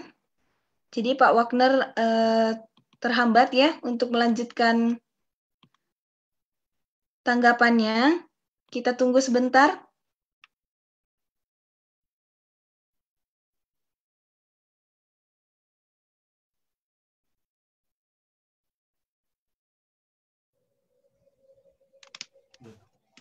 Ini udah muncul begini? Kok bisa muncul begini? Kurang mereka. Mereka Jadi saya masih bisa dengar? Iya, bisa Pak. Jadi saya sangat tertarik apa yang disampaikan oleh Evander. Saya sudah baca juga bukunya itu, Servant Leadership. Memang disebutkan di sana, saya setuju. Tadi saya sebutkan pelayan dulu baru pemimpin. Bahasa di buku tersebut, Servant Leadership, keinginan melayani hadir duluan sebelum keinginan memimpin. Itu yang sering saya munculkan. Keinginan melayani hadir duluan sebelum keinginan memimpin. Dan juga sudah saya baca juga bukunya Lead Like Jesus. Lead Like Jesus. Artinya di situ juga lebih menonjolkan pelayanan. Ketika kita melayani dengan bagus, apakah kita tidak semakin hebat kita? Melayani dengan maksimal, akan orang mengatakan, oh luar biasa. Kalau orang Simalungun selalu menyebutkan, anggo hamma dear melayani, pasti, wah luar biasa. Anak niraja mah ham. Tandado anak niraja ham. Melayaninya lebih bagus. Jangan selalu kita berpikir melayani itu identik dengan budak. Seperti itu bukan. Tidak seperti itu. Saya sependapat bahwasanya melayani dulu. Bahkan kita melihat tokoh-tokoh spiritual dunia ini justru lebih menonjol pelayanannya daripada hadir duluan dia melayani. Setelah dia melayani, orang mengatakan, Anda seorang pemimpin. Anda sebagai partonga. Aima hubakku anggo jawaban dari Evander. Saya sangat sependapat itu. Kemudian Gustav Saragi. Pendidikan Simalungun cerdas betul. PTN, ya pernah juga terpikirkan oleh kami beberapa orang di Jakarta. Menegrikan, katakanlah USI. Membuat perguruan tinggi negeri. Ini juga perlu pengkajian yang mendalam. Itu tidak serta-merta kita membangun perguruan tinggi negeri. Tapi benar, saya melihat, pernah saya ke Sulawesi, kota kecil, itu ada perguruan tinggi negerinya. Saya pun kadang-kadang saya bermimpi kenapalah tidak ada perguruan tinggi negeri di Sumatera Utara, di luar kota Medan. Kan gitu, di luar kota Medan.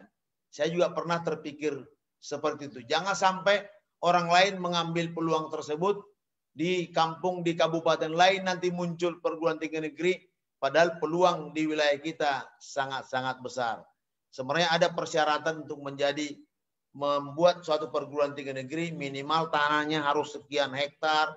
Ini semua itu juga perlu ada kajian yang mendalam.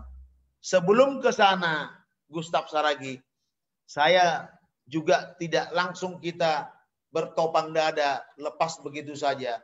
Kita munculkan sekolah-sekolah unggulan di kampung kita, di Simalungun. Setelah dia sekolah-sekolah unggulan, mereka akan masuk di perguruan tinggi negeri yang berkelas di Republik ini. Ini juga akan kita persiapkan. Mereka nanti kalau sudah hebat, biarlah mereka nanti memikirkan, kalau saya tidak sempat ketika saya duduk nanti membuat perguruan tinggi negeri. Mereka yang kita persiapkan untuk membangun perguruan tinggi tersebut. Ketika sekolah-sekolah ini hebat, masuk di ITB, masuk di UI, masuk di sana, masuk di sana. Apakah ini juga membuat salah satu strategi kita untuk membuat pendidikan di Simalungun hebat? Saya pernah, waktu saya Kapolres Kutai, ketika Sorkani Bupati Kutai itu membangun perguruan tinggi swasta, saya coba kritisi juga. Saya bilang, kenapa sih harus membangun perguruan tinggi swasta? Nggak mungkin lebih hebat Universitas Kutai Kartanegara daripada Universitas Mula Warman yang ada di Samarinda. Kenapa kita tidak membentuk saja sekolah unggulan, SLA, SLTA unggulan, sehingga nanti putra-putra di Kutai ini akan masuk di perguruan tinggi ternama. Dengan demikian nanti mereka akan bisa membawa Kutai Kartanegara itu lebih hebat. Saya pikir ini juga bisa kita inikan di Simalungun ini. Sambil nanti perguruan tinggi negerinya kita persiapkan. Saya sangat setuju apa yang disampaikan oleh Gustav Saragi. Tapi apa? Jangan kita terfokus ke sana. Sebelum ke sana, apa yang bisa kita lakukan? Harus kita lakukan. Kemudian, Saudara Erwin Sumbayak, alumni Sospol USU, ya, saya tahu IMAS USU, saya pernah juga ke sana, Erwin, saya pernah diundang IMAS USU, luar biasa. Luar biasa IMAS USU itu. Mereka juga membuat bimbel dengan waktu yang sesingkat-singkatnya dia. Setelah tamat, mereka tampung di Medan, mereka membuat bimbel gratis dengan kursi diduduk di lantai. Saya pikir luar biasa. Mereka melakukan itu tidak mendapatkan benefit, tidak memungut uang, tidak memungut ini. Waktu itu datang ke saya mereka dari IMAS USU. Saya berkunjung ke kantornya. Kami duduk di lantai, di tikar bersama-sama anak IMAS USU. Saya sangat salut lah. Saya beri hormat orang-orang seperti ini yang peduli dengan Simalungun. Saya harapkan inilah, berkaryalah, berbuatlah untuk bagaimana Simalungun ke depan. Kemudian hati yang bersih tulus, ya oke. Track record, iya silakan Anda boleh menilai. Kalau saya bilang saya hebat, itu nggak benar kan gitu. Silakanlah saudara-saudara yang menilai saya. Karena itu hak Anda semuanya. Kemudian saya tahu jalan Profesor Boas Saragi itu adalah anak berujabu kami. Anak berujabu kami itu Profesor Boas Saragi. Ketika meninggal Profesor Boas lawe kami pangapohon ke rumahnya Profesor Boas yang notabene itu juga Nyonya Boas itu adalah Boruda Manik, boto kami. Nah, dari Sidamanik saya tanyakan, kami dibuat oleh Bupati JR Saragi, diundang kami untuk meresmikan jalan Profesor Boas Saragi yang dokter, jadi bukan pahlawan, bukan ya, jadi dokter yang berpengaruh di UKI di Rumah Sakit Cikini. Boto itu cerita ke saya, diresmikan jalan Profesor Boas Saragi. Adalah di situ Sekda Gideon yang notabene juga Gideon itu adalah perburuannya Boas Saragi, adiknya Epurus, yang saya juga tonitonya, tondong ni tondongnya kan gitu. Saya ini tondong ni tondongnya Gideon. Saya tondongnya Profesor Boas karena opungnya Boas itu Boruda Manik dan baru kandung bapak saya. Ketika saya tanya, hebat acaranya. Tapi ketika saya turun setahun kemarin ke Dolok Saribu, yang pertama saya tanyakan ke masyarakat Dolok Saribu, mana jalan Profesor Dr. Boas yang diceritakan oleh boto saya, Nyonya almarhum Boas Saragi. Sangat-sangat miris saya. Sangat kecewa saya. Laweku Erwin Sumbayak, masyarakat cerita ke saya, mimpi tinggal mimpi, janji tinggal janji, apapun tidak terjadi apa-apa di jalan tersebut. Hanya hebat dia di acaranya, tapi makanya saya katakan kaya di wacana, tapi miskin di realitanya. Ini yang sekarang terjadi. Janganlah kita kaya wacana, tapi miskin realita. Saya lihat persis itu Erwin Saragi, jalan tersebut belum ada diapa-apain. Tidak sedikit pun, tapi upacaranya luar biasa. Inilah keprihatinan kita tentang jalan Profesor Boas Saragi yang ada di Dolok Saribu. Saya pun sudah pernah 7 tahun yang lalu, saya membawa rombongan seksi Bapak GKPS Cikoko, gereja kami di Dolok Saribu, di GKPS Dolok Saribu. Kami waktu itu rombongan saya ketua rombongannya. Ada sesuatu yang kita berikan ke GKPS Dolok Saribu, beberapa gereja di sana. Waktu itu kami datang ke sana, kenapa? Ketika kejadian di mana Kapolsek yang di sana yang kejadian sampai meninggal, kami datang ke sana untuk memberikan semangat, memberikan kepada masyarakat Dolok Saribu. Jadi kemudian yang kedua, kondisi 32 kecamatan. 32 kecamatan dengan 415 atau 386 desa, kelurahannya tadi 27, berarti ada 400. Kira-kira layakkah dipimpin oleh seorang bupati? Itu juga saya melihat kita pemekaran, katakanlah pemekaran. pemekaran itu juga ada syarat. Kenapa harus dimekarkan? Kalau memang rentang kendalinya sudah jauh, pelayanan masyarakat sudah sulit, dengan jarak tempuhnya dengan yang lain, saya pikir kenapa tidak untuk bisa meringankan, bisa mendekatkan sentra-sentra pelayanan itu supaya masyarakat tidak dirugikan dengan pelayanan tersebut. Kenapa tidak bisa dilakukan pemekaran? Saya pikir hal-hal yang wajar seperti itu. Jadi layakkah? Ya, kita lihat. Sebenarnya Simalungun sudah final tentang pemekaran. Supaya saya tahu di program legislasi nasional yang sudah ada di DPR RI itu sudah ada di situ pemekaran Simalungun Hataran. Kenapa tidak terrealisir, terlaksana? Kebijakan pemerintah diambil dengan adanya moratorium, penghentian sementara pemekaran. Pertimbangannya apa? Tentu pemerintah jauh lebih berpikir seperti apa. Banyak faktor kenapa moratorium. Salah satu sebenarnya mungkin dari segi anggaran. Karena dengan pemekar begitu juga akan menambah beban anggaran daripada pemerintah. Membangun kantor, menggaji bupati, menggaji apa, tambahlah bebannya negara. Itu salah satu yang mungkin perlu saya sampaikan tentang tadi layak atau tidaknya. Infrastruktur harus prioritas. Ya, saya setuju.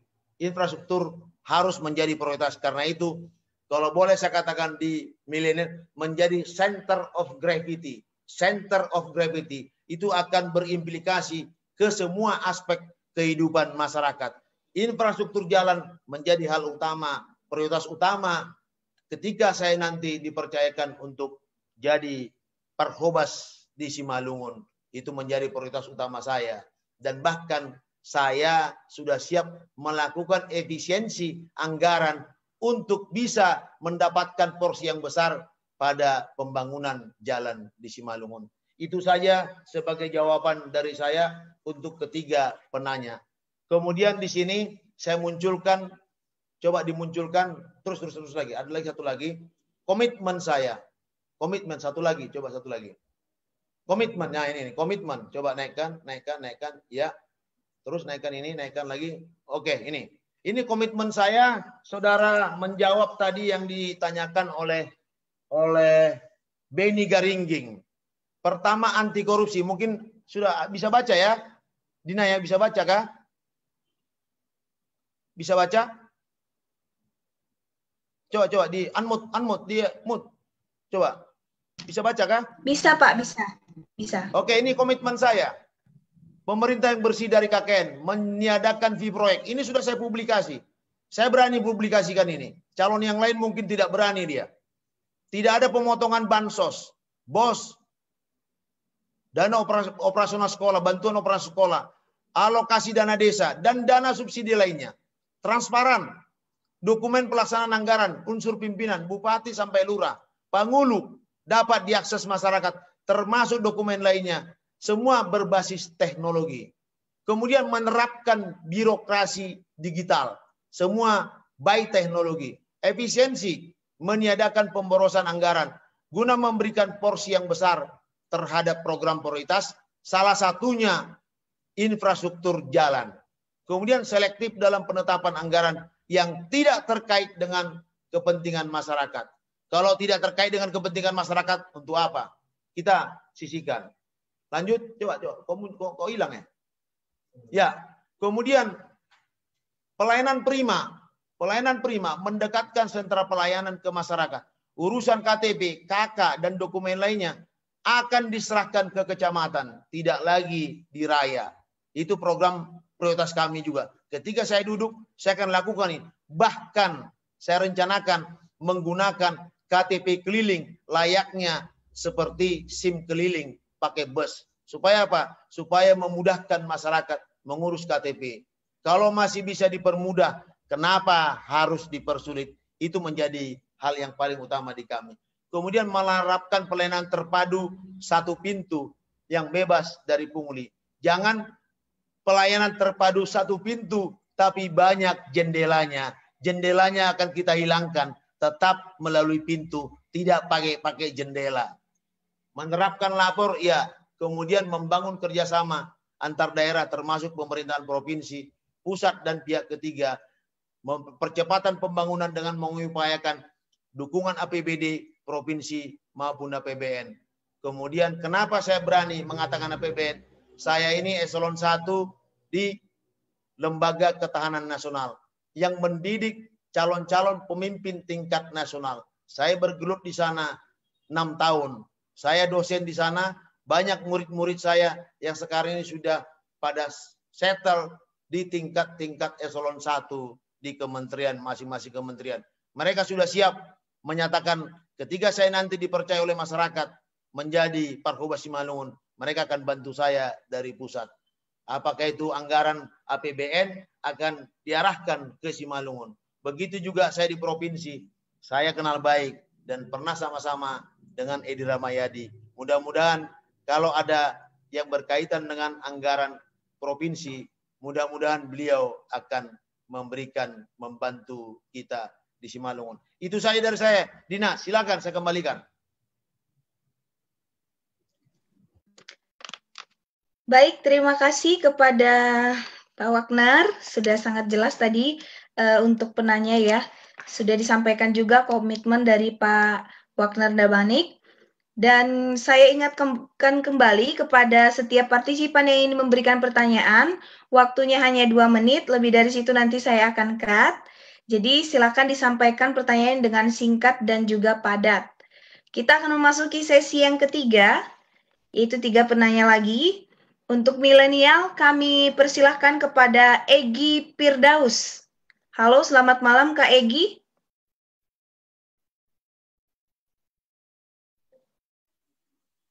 Halo, selamat malam.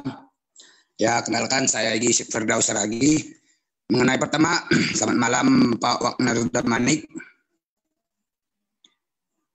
Saya bertanya mengenai Pak ya,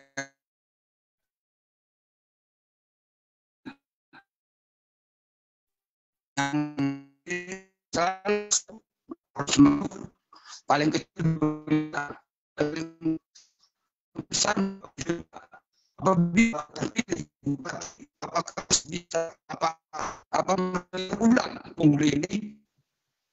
Nah, itu pertama Pak. Yang kedua, kayaknya mohon maaf. Mohon maaf, iya suaranya kurang jelas, putus-putus. Bang Egy. Udah jelas? Ya udah jelas? Ya. Udah jelas? Ya. Pertanyaan kedua mengenai pertanian. Selama ini pertanian pakai cangkul. Nah, saya bertanya di sini, saya pernah memakai jetor. Jetor itu naik tenaga mesin dan efektif. Dan saya pernah bertanya sama Kadis Kadis Pertanian, ada jetor Simalungun,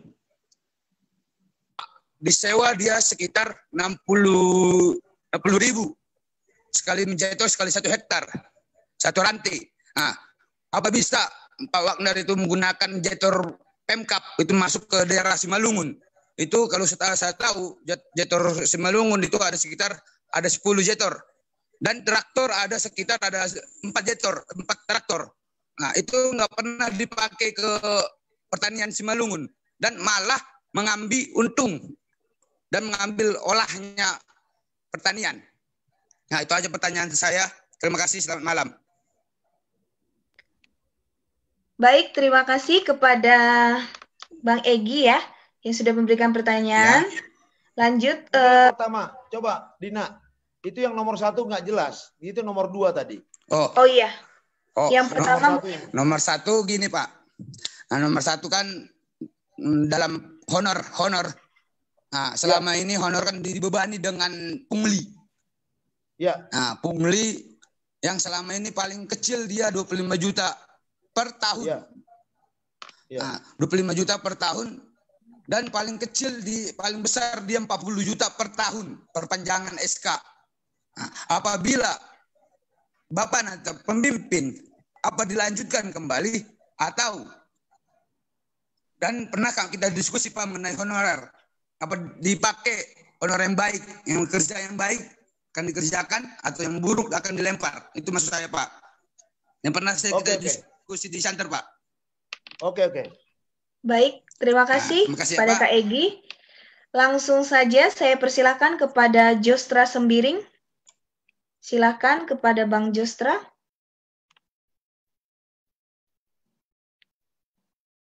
Halo, selamat malam.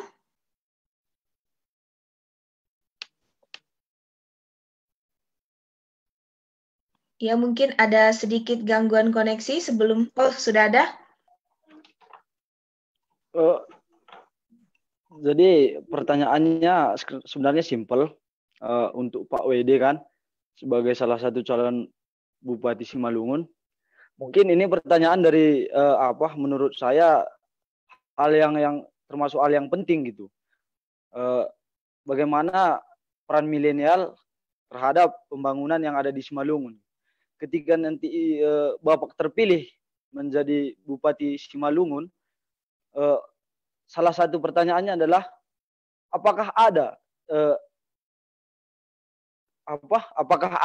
jatah beasiswa setiap tahun yang disediakan Pemkab untuk siswa-siswa Simalungun yang berprestasi. Untuk kedua, apakah ada harapan kami milenial punya peluang agar bisa magang di kantor bupati, dan berapa jumlah yang bisa kami harapkan per tahunnya gitu. Untuk yang ketiga, adakah jaminan ketika Bapak nanti terpilih, apakah ada jaminan supaya tidak adanya putus sekolah kepada siswa-siswa ataupun anak-anak yang ada di Simalungun terkait biayanya? Untuk yang keempat, pertanyaannya, adakah dukungan biaya penelitian akademik terkait budaya Simalungun dari Pemkab Simalungun gitu ya, untuk kami kaum milenial ataupun yang lainnya? Adakah biaya yang disediakan oleh Pemkab untuk penelitian akademik? Berapa yang bisa Bapak pastikan untuk per tahunnya gitu? Jadi itu pertanyaannya. Satu lagi, mungkin Bapak juga udah banyak memberikan mulai dari memberikan banyak visi misi, program. Memang kami sangat salut sebagai milenial. Tetapi kami orang-orang awam, ibaratnya kami milenial awam kurang tahu gitu. Apalagi ini kan dalam arti mendekati musim pilkada. Jadi apa yang bisa kami lakukan sebagai kaum milenial? Apa yang bisa kami lakukan? Ibaratnya strategi apa yang bisa Bapak berikan kepada kami kaum milenial agar kami juga bisa meraup suara masyarakat agar memilih Bapak gitu. Langkah strategi apa yang bisa kami lakukan untuk meyakinkan masyarakat memilih Bapak sebagai Bupati Simalungun? Jadi itu aja pertanyaannya. Saya kembalikan moderator. Terima kasih. Baik, terima kasih kepada Bang Jostra. Langsung saja pertanyaan ketiga kami undang untuk penanya ketiga kepada Saudari Arta Manurung.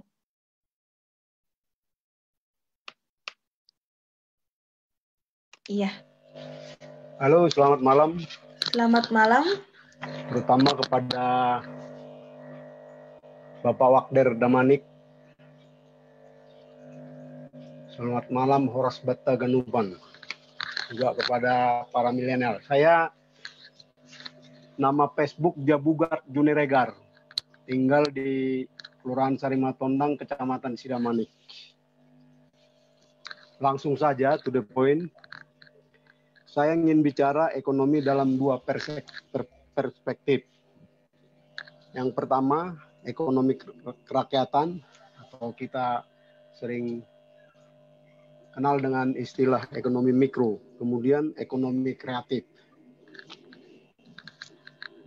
Kita tahu Pak Jokowi dalam pemerintahannya dalam menghadapi pandemi COVID-19 telah sedang dan akan menggelontorkan dana bantuan dalam berbagai bentuk kepada penduduk Indonesia sebesar sekitar 9.000, kami ulangi 900 triliun, kurang lebih. Tujuannya kita tahu adalah untuk menghidupkan ekonomi mikro, usaha-usaha kecil. saya baru tahu bahwasanya usaha kecil adalah sebagai fundamen ekonomi di dalam mempertahankan perekonomian nasional dari benturan badai topan COVID-19. Kemudian yang kedua, ekonomi kreatif. Simalungun punya potensi banyak untuk mengembangkan ekonomi kreatif. Salah satunya dari sektor pariwisata. Kemudian pemanfaatkan Danau Toba sebagai lahan perikanan yang sangat potensial, yang masih bisa diberdayakan. Kita tahu keramba sebagai ujung tombak peternakan ikan di sana. Kemudian ada juga keramba-keramba apung yang dimiliki oleh masyarakat setempat.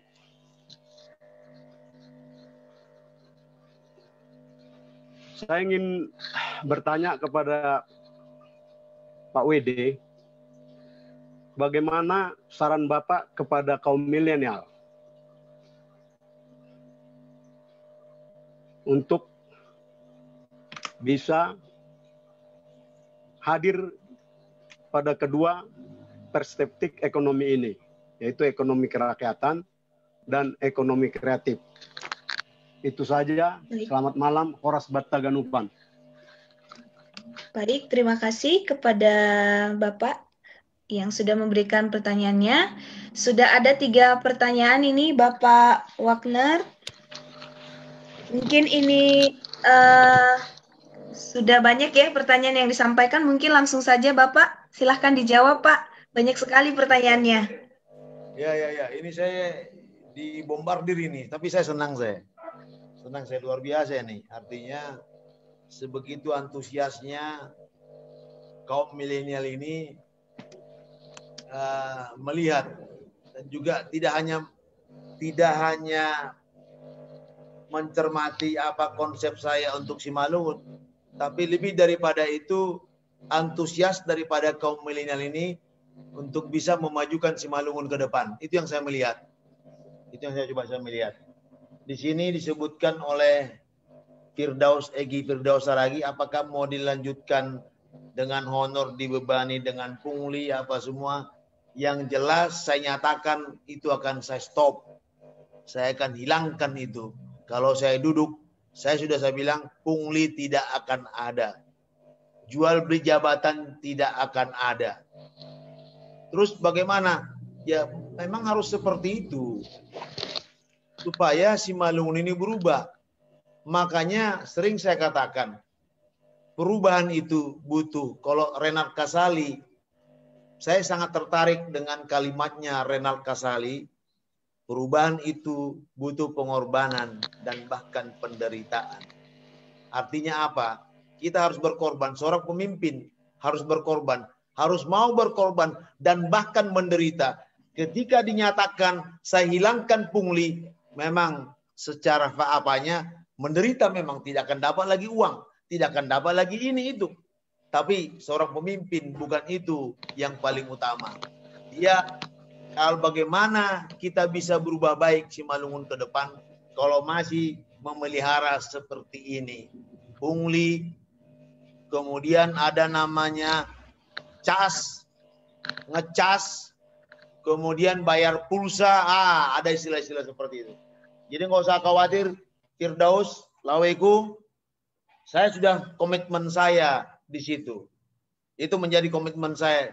Saya sudah sampaikan juga kepada wakil saya, yaitu Haji Abidin Sasaragi. Ini loh komitmen kita. Dan dia juga siap untuk itu. Kemudian mengenai benar, Jetor, pertanian, mudah-mudahan saya tidak salah. Saya dengar juga memang Jetor, traktor, ketika itu padahal itu bantuan daripada pemerintah ke masyarakat.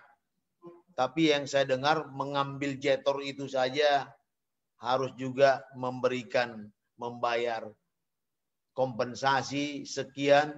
Untuk mengambil traktor itu juga harus bayar sekian. Terus apa yang terjadi? si pembayar tersebut tentu merasa memiliki barang tersebut, tidak lagi sebenarnya itu untuk masyarakat melalui gapoktan.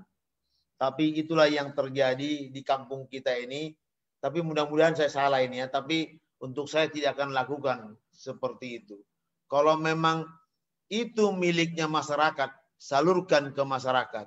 Tentu supaya itu bisa terkoneksi dengan bagus. Kalau diserahkan mungkin kepada seseorang akan bisa kurang efektif. Berikan itu kepada gapoktan.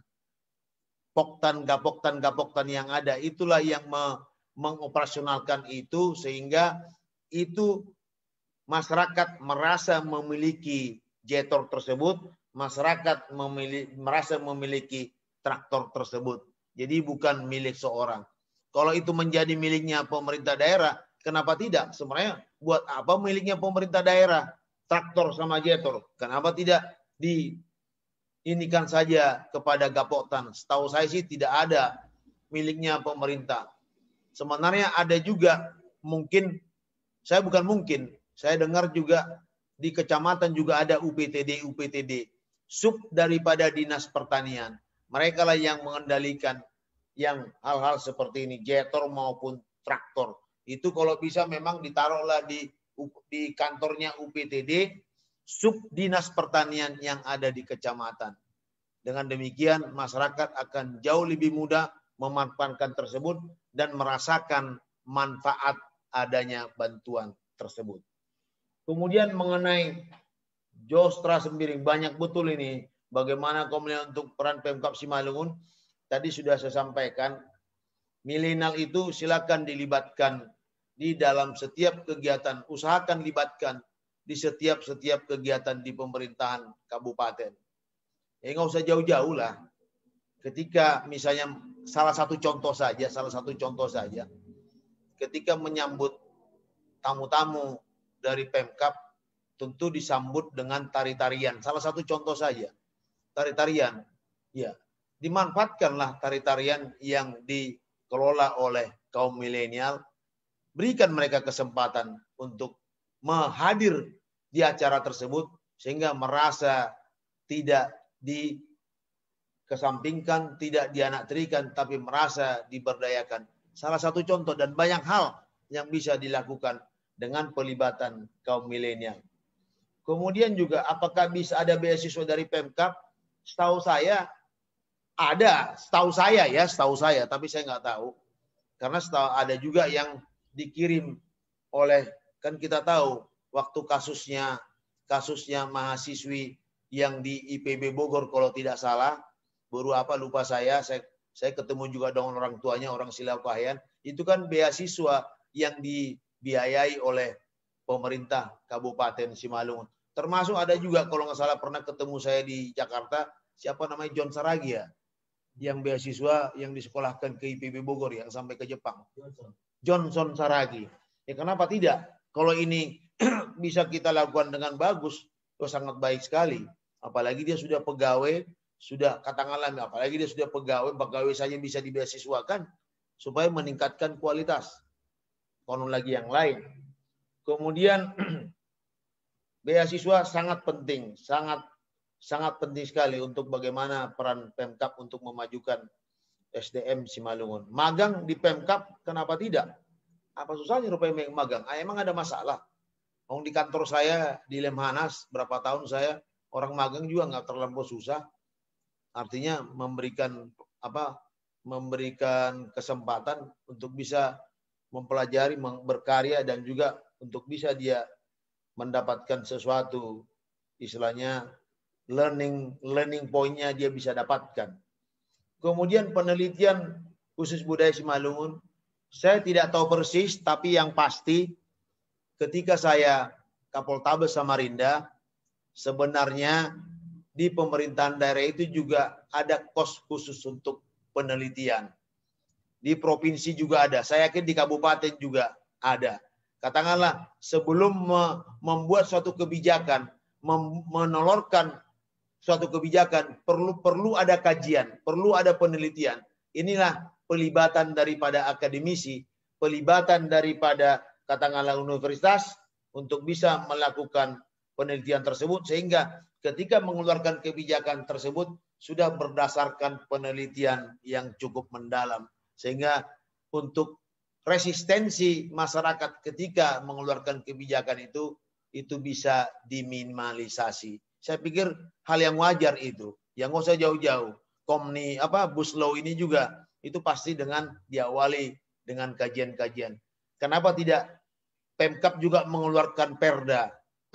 Saya pikir ini juga perlu dihadirkan pengkajian-pengkajian sehingga resistensi masyarakat ketika keluar kebijakan tersebut bisa diminimalisasi. Kemudian kaum milenial agar bisa memilih untuk jadi bupati. Saya pikir silakan. Saya tidak ngajari, masing-masing punya kreativitas, silakan. Saya masih yakin kaum milenial ini menetapkan pilihannya tentu sudah banyak pertimbangan, sudah penuh dengan katakanlah kalau dulu kami itu setiap calon ini kami SWOT-kan di mana strength-nya, di mana weakness-nya, di mana ininya peluangnya, di mana. Saya pikir jauh lebih hebat kaum milenial melihat 4 sosok ini. Melihat 4 sosok ini, silakan di trace track record-nya, silakan apa kehebatan si A, apa strength-nya, apa weakness-nya, apa ininya. Ketika itu sudah dapat, tolong juga disampaikan kepada keluarga-keluarga sehingga tidak salah menetapkan pilihan. Saya pikir ini juga menjadi peran tugasnya kaum milenial mencerdaskan pemilih di Simalungun. Siapa dulu yang dicerdaskan? Yang pertama tentu keluarganya. Setelah keluarganya, temannya. Setelah temannya, silakan. Istilahnya MLM lah, level multi level marketing. Silakan. Saya tidak mengatakan pilih saya, tidak. Silakan milenial melihat sosok yang mana yang layak dan pantas dan memungkinkan kemungkinan besar akan melakukan pembangunan di Simalungun. Pilihlah di antara 4 ini. Saya tidak mengatakan yang 3 ini tidak baik, semuanya baik. Tapi pasti ada yang terbaik, salah satu dari 4 tersebut. Itu yang strateginya. Sudah pasti lebih hebat orang milenial karena sudah dibekali dengan ilmu pengetahuan daripada orang tua kita yang di kampung. Tolong diberikan pencerahan kepada keluarga kita supaya jangan terlena dengan nomor piro, wani piro, ataupun jangan terlena jelas do, cair do, ini yang harus kita hilangkan. Saya anggap, saya punya keyakinan, saya berkeyakinan bahwa saya kaum milenial akan mampu memberikan pencerahan, memberikan bimbingan, memberikan petunjuk kepada keluarga kita yang ada di Simalungun. Kemudian Arta Manurung mengenai dari Sidamani ekonomi kerakyatan mikro, betul ya. Ekonomi kreatif ya. COVID akan menggelontorkan dana 900 triliun ya. Kemudian perlu kita tahu.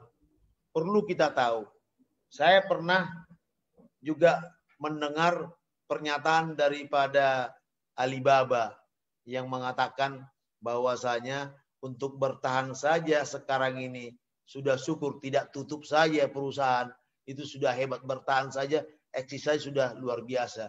Tapi tolong juga kita melihat, jangan terus kita anggap dengan COVID ini semua aspek akan terganggu. Memang betul, tapi ada juga COVID ini yang kita anggap itu menjadi kendala oleh masyarakat, bisa itu berubah menjadi peluang. Saya katakan tadi, masyarakat Dolok Saribu sekarang lagi giat-giatnya menanam jahe merah. Sekarang saya terus terang aja, tiap malam saya minum bandrek yang juga bahannya utamanya salah satunya jahe merah. Mudah-mudahan sampai sekarang saya masih eksis, sekalipun setiap hari saya berkunjung ke masyarakat, saya masih terhindar dari COVID-19. Sekarang bagaimana kita menciptakan, merubah kendala menjadi peluang. Saya pikir kaum milenial sangat akrab dengan hal tersebut. Itu menjadi harapan kita, itu menjadi kreativitas daripada kaum milenial ini. Jangan tidak selamanya yang hal ini membawa derita, membawa kemiskinan. Sama dengan dulu waktu zamannya resesi itu. Siapa? Sebenarnya yang paling terkena dampak daripada ekonomi akibat COVID ini adalah yang bergerak di bidang pabrik, apa semua, manufaktur, apa semua. Kalau petani saya pikir tidak terlampau lah. Petani ya, apa sih yang berpengaruh? Orang dia berjemur-jemur tiap hari, membuat apa padi apa semua, memang mungkin pada saat pasca panen pemasarannya mungkin akan terganggu, tapi mudah-mudahan, makanya katakan tadi pemerintah harus ambil bagian di sini supaya apa? COVID ini pun bisa juga meminimalisasi kerugian, meminimalisasi semakin bangkrutnya masa ekonomi masyarakat. Kemudian kreatif pariwisata, betul, saya sangat setuju. Justru disinilah yang paling sebenarnya berperan milenial, karena pariwisata itu kalau boleh saya katakan 3A prioritas itu apa namanya pariwisata itu, aksesibilitas, kemudian amenitas dan atraksi. Di mana di sini masyarakat yang paling berperan yaitu di atraksi. Atraksi apa saja? Atraksi bisa berupa kita suguhkan atraksi kepada wisatawan. Seperti apa? Mungkin bisa menonjolkan, menunjukkan, menyajikan budaya, seni, tari-tarian, itu bisa dijual. Seni. Nah, seperti saya lihat, kayak seperti di Raya, ya saya sangat apresiasi dengan Teguh Sinaga. Dia membuat suatu apa, bisa memanfaatkan kendala menjadi peluang. Orang tidak face to face, tapi dia bisa menciptakan penyanyi apa YouTuber. Bahkan kemarin saya bergabung dengan duo Naimarata. Bayangkan dengan live streaming dia bisa ngetop, dia bisa dapat. Makanya tadi kendala harus kita rubah menjadi peluang. Saya pikir itu perlu kreativitas. Jangan kita menganggap COVID ini selalu yang jelek, tidak apa, tapi ada mengambil keuntungan di COVID ini dalam konteks dia memanfaatkan live streaming. Sekarang sudah bisa ngetop. Duo Naimarata luar biasa, kemana-mana sekarang sudah dibayar hanya karena live streaming dari rumahnya, belum lagi yang lain. Ini saya pikir sangat bagus sekali, sangat-sangat bisa dia mencari peluang, membaca peluang. Ini yang harus lebih menonjol dari kaum milenial. Mengenai pariwisata, sangat banyak atraksi. Wisata kuliner, makanan, kenapa tidak bisa? Kita Simalungun kaya dengan holatnya, dengan manuk nabi naturnya, dengan katakanlah dengan tinuktuknya. Nah, tinuktuk saya kemarin ke Raya, tinuktuk saya baru tahu. Kalau tinuktuk itu dimasukkan ke teh manis, luar biasa enaknya. Bahkan mungkin bisa juga bisa terhindar kita dari COVID. Belum banyak lagi yang lain. Tahu nuktuk, kemudian manuk dabinatur, holat. Ini perlu bisa disajikan. Dengan apa? Bisa saja dengan dijual dengan online, kita pasarkan melalui wisatawan. Belum lagi yang lain-lain yang bisa kita inikan dengan ekonomi kreatif. Inilah sebenarnya yang bisa eksis sekarang ini di COVID ini, yaitu ekonomi kreatif. Dituntut kita kreativitas untuk bisa meningkatkan ekonomi masyarakat. Sangat-sangat dibutuhkan peran daripada milenial. Di sini saya lihat ada Triadin Saragi dengan Patunggung Simalungun, itu juga sangat bisa dijual. Kenapa tidak? Ketika kita hadirkan wisatawan, kita munculkan di sana tari-tarian, itu juga punya layak jual. Saya dulu waktu saya Wakapolres tahun 96, luar biasa dulu. Pesta Danau Toba itu kreativitasnya luar biasa. Sampai ribuan datang di open stage di Parapat itu. Banyak hal yang bisa kita lakukan. Jadi tentang perikanan, pertanian, Kemudian kaum milenial ini ambil bagian. Saran Bapak, kaum milenial ini ambil bagian. Itu tadi. YouTuber saja bisa dapat duit. YouTuber saja bisa dapat duit. Belum lagi yang lain. Live streaming dapat duit. Kemudian membuat suatu mensubscribe saja bisa dapat duit. Kenapa tidak kita lakukan seperti itu? Nah, banyak hal yang bisa kita lakukan. Makanya saya katakan harus pintar membaca peluang. Saya pikir itu saja jawaban dari saya. Yang pasti kalau saya duduk akan saya lakukan ini. Saya berikan kesempatan yang banyak buat kaum milenial Simalungun untuk bisa menyalurkan kreativitasnya sehingga milenial Simalungun bisa eksis dan bahkan bisa berkembang sampai bila perlu kita kembangkan lebih banyak lagi yang pada hakikatnya semakin Simalungun menjadi terkabar tidak hanya pada tingkat nasional, syukur-syukur bisa di tingkat global internasional. Itu aja dari saya. Terima kasih. Baik. Wah, statement yang luar biasa sekali dari Pak Wagner Damanik ya. Meskipun tadi sudah dibombastis dengan berbagai pertanyaan yang beragam, masih sanggup ya Pak satu sesi lagi nih.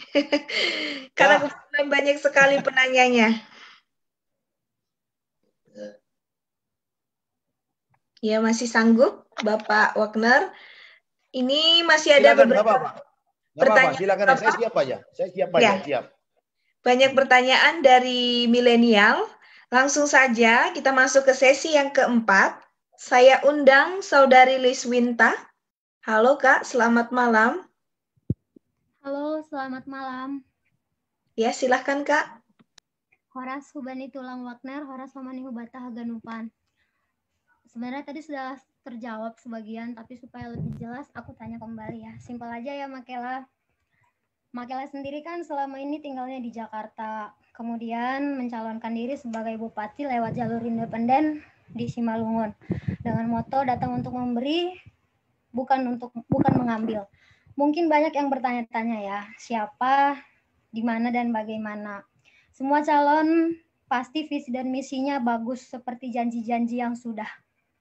Namun pandangan milenial dengan orang tua pasti berbeda. Akan tetapi hal apa yang Makela upayakan untuk membedakan marketing sukses duduknya dengan pasangan lainnya?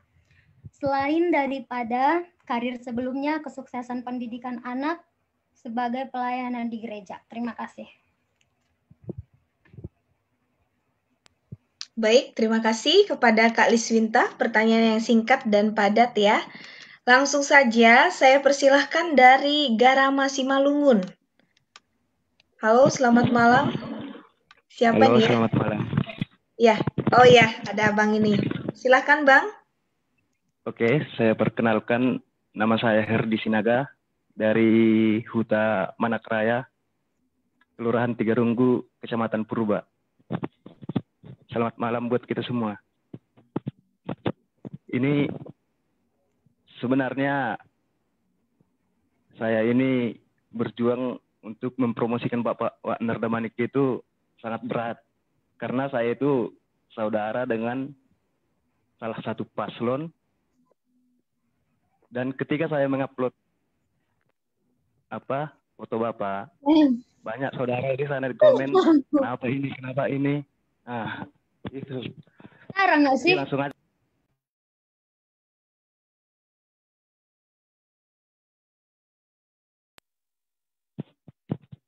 Halo? Halo? Iya, sudah terdengar jelas. Silakan. Ya, sudah terdengar? Sudah. Ya. Oh. Jadi untuk pertanyaannya Pak, gini. Saya itu miris melihat kita orang Simalungun dan budaya Simalungun itu yang hampir hilang. Nah, jadi gimana cara Bapak untuk memberikan pelatihan-pelatihan kepada para milenial Simalungun untuk bisa mempertahankan budaya kita, terlebih di daerah-daerah yang hampir tidak ada Simalungunnya gitu. Dan satu lagi, saya rasa untuk Simalungun itu banyak bibit-bibit olahragawan. Tapi tidak ada tempat untuk berlatih dan menyalurkannya. Bagaimana kira-kira solusinya itu, Pak? Dan satu lagi, ini kita Kabupaten Simalungun itu sangat luas. Bagaimana caranya untuk mengurus data-data kependudukan agar lebih efektif dan efisien tanpa menguras waktu yang sangat panjang. Mungkin itu saja pertanyaan dari saya. Sekian dan terima kasih. Itu, Pak. Baik. Terima kasih kepada Bang Herdi Sinaga. Ya, kita lanjut ke penanya ketiga, tapi sebelumnya ini banyak sekali ya Bapak pertanyaannya, ada 20 penanya sebenarnya ya, yang masih ada di listnya. Tadi kita bisa lihat nih di screen-nya, ini ada nama-namanya, masih banyak sebenarnya yang ingin bertanya. Tapi mengingat waktu juga sudah mepet ya, tapi kita usahakan akan menjawab sebagian lah, setengahnya. Langsung saja kami persilahkan kepada Bang Roni Girsang. Bang Roni Girsang, ya. Selamat malam. Selamat malam. Ya, silahkan Bang. Oke, terima kasih untuk host. Pertanyaan saya yang pertama,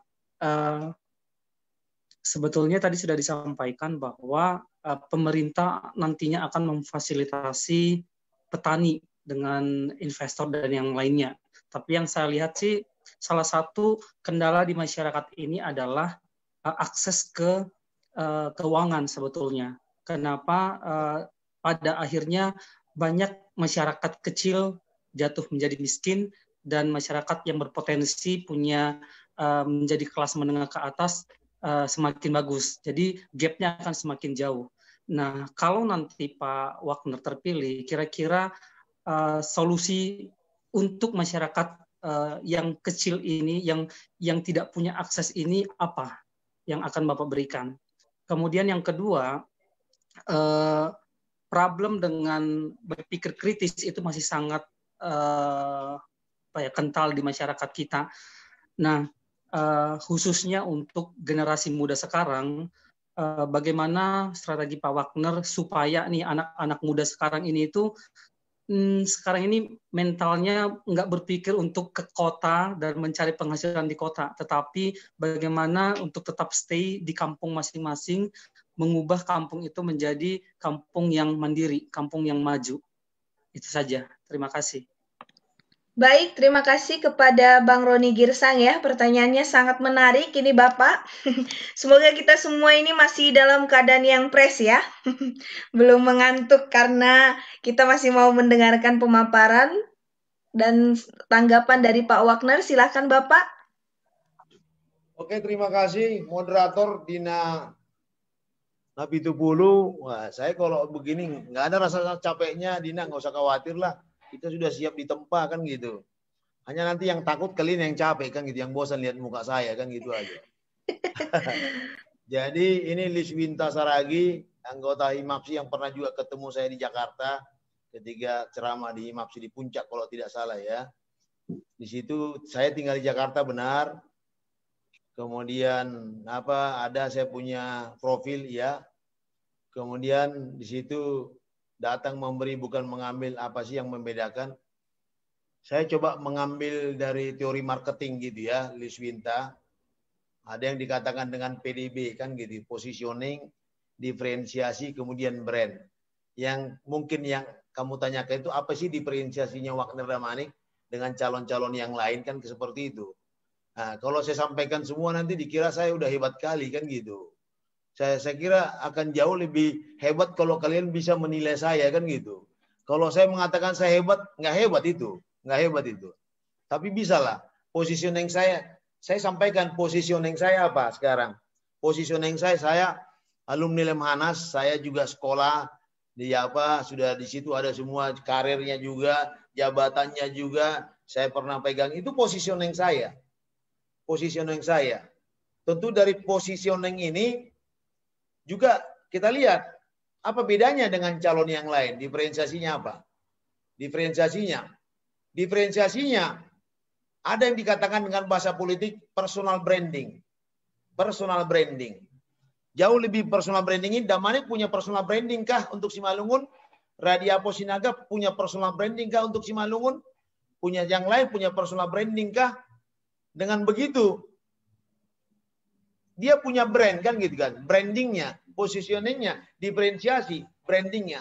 Sama kayak seperti kita universitas. Universitas Indonesia, apa diferensiasinya?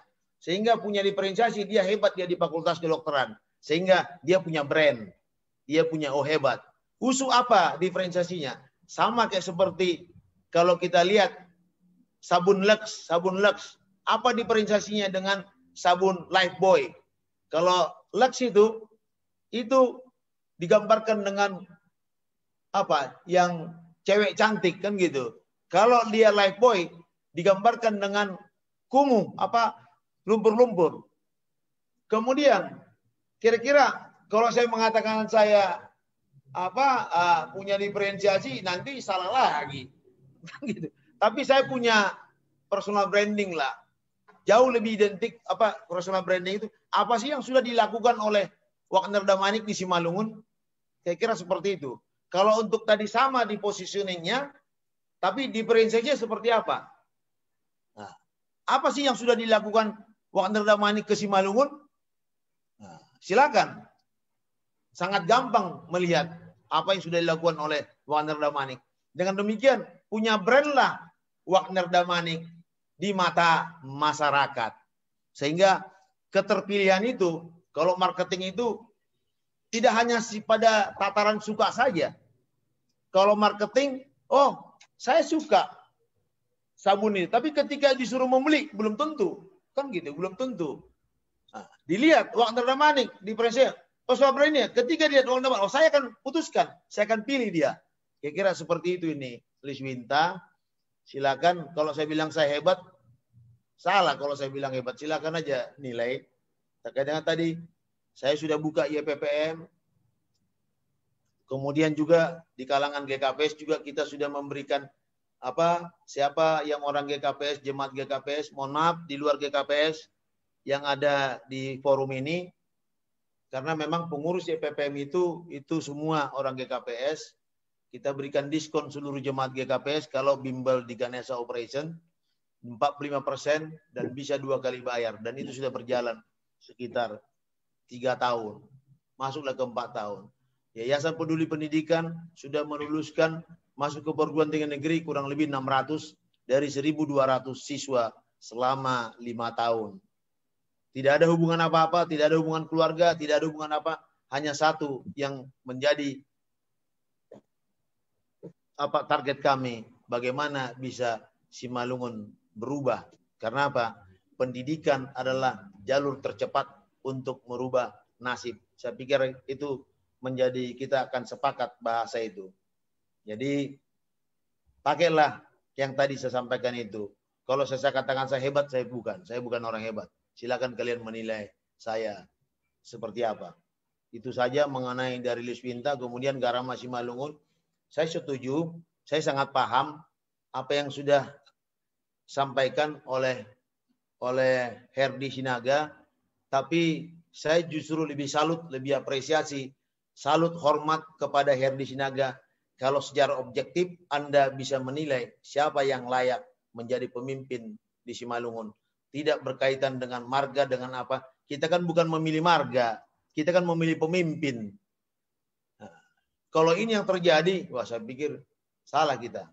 Ini yang menjadi ciri khas daripada Nasyam pemuda, Nasyam kaum milenial. Selalu berpikir rasional, selalu bisa melihat sesuatu itu dengan objektif, bukan subjektivitas. Kita bukan memilih marga di sini, kita memilih pemimpin yang layak dan pantas membangun Simalungun. Kemudian bagaimana strategi Bapak untuk mempertahankan budaya kita Simalungun? Saya terus terang saya katakan, saya juga sering di Patunggung Simalungun pun saya ikut. Patunggung Simalungun ketika saya di Jakarta, di Taman Mini, boleh ditanya itu Triadil. Saya juga ambil bagian di sana. Setiap ada Patunggung Simalungun, itu show dia di Toba Tabo, saya juga hadir. Artinya tidak hanya sekedar hadir, saya juga berkontribusi supaya budaya Simalungun itu tetap eksis. Saya pun di Senandung Simalungun yang juga diinisiasi, ada Patunggung Simalungun, ada Sinandung Simalungun. Saya pun di dua-dua itu juga saya selalu memberikan apresiasi. Supaya apa? Supaya budaya Simalungun bisa bagus. Bahkan saya berpikir begini, Herdi Sinaga, ketika saya nanti duduk menjadi Parkobas Nasiam Ganupan, saya akan membuat nanti festival lomba lagu Simalungun yang terjadwal, yang sudah terjadwal rutin setiap tahun, dan ini bisa juga kita jual untuk bisa meningkatkan pariwisata di Simalungun, dan semua orang-orang seni itu akan kita akomodir, sehingga juga salah satu tanggung jawab pemerintah itu adalah memberikan, tidak artinya bisa hidup semua. Seni juga bisa hidup dengan baik, hidup dengan layak. Seniman bisa hidup dengan layak, hidup layak dia. Gimana caranya? Itu juga akan menjadi pemikiran saya ketika saya duduk menjadi Parkobas. Dan itu tidak susah, tidak sulit. Karena apa? Semua yang produk yang mereka lakukan itu bisa dijual dan layak jual. Bagaimana supaya bisa layak jual? Tentu, ayo kita nanti sama-sama duduk bersama supaya bisa seniman juga pengen hidup dengan layak. Begitu juga yang lainnya. Nggak usah khawatir, Herdi Sinaga itu juga menjadi target saya, dan itu sudah saya lakukan. Artinya sudah saya mulai ikut saya di Patunggung Simalungun, di Senandung Simalungun. Jadi saya tidak alergi saya dengan budaya tersebut. Karena itulah menjadi kekayaan kita. Ketika terus terang saya katakan, kita sudah sangat-sangat miris mengenai budaya ini. Kenapa saya katakan begitu? Bayangkan saja Partuha Maujana Simalungun yang sangat kental dengan budaya ini. Karena Partuha itu kan budayawan. Maujana itu adalah ilmuwan. Itu saja sudah pecah dua. Bagaimana kita bisa harapkan? Ketika saya nanti duduk, itu akan menjadi target saya yang utama untuk menyatukan itu, termasuk Himapsi. Supaya apa? Supaya Simalungun ini solid, dan itulah yang saya lihat yang hilang sekarang ini, ketokohan di Simalungun. Bagaimana mau bisa melahirkan sebuah tokoh Simalungun, orang namanya budaya pun tidak kita pelihara dengan baik. Nggak usah khawatir, Hendy, sama-sama kita, kalau Anda seniman, ayo kita sama-sama duduk bersama, kita majukan Simalungun ini. Karena dengan budaya, masyarakat akan semakin beradab. Itu, beradab dia, punya budaya. Bagaimana dengan tondongnya, bagaimana dengan amakelanya, bagaimana kita bersosialisasi, bagaimana norma adat ini kita jaga. Sehingga korupsi pun tidak akan ada lagi karena dia sudah beradab. Pungli pun tidak akan ada lagi karena dia sudah beradab.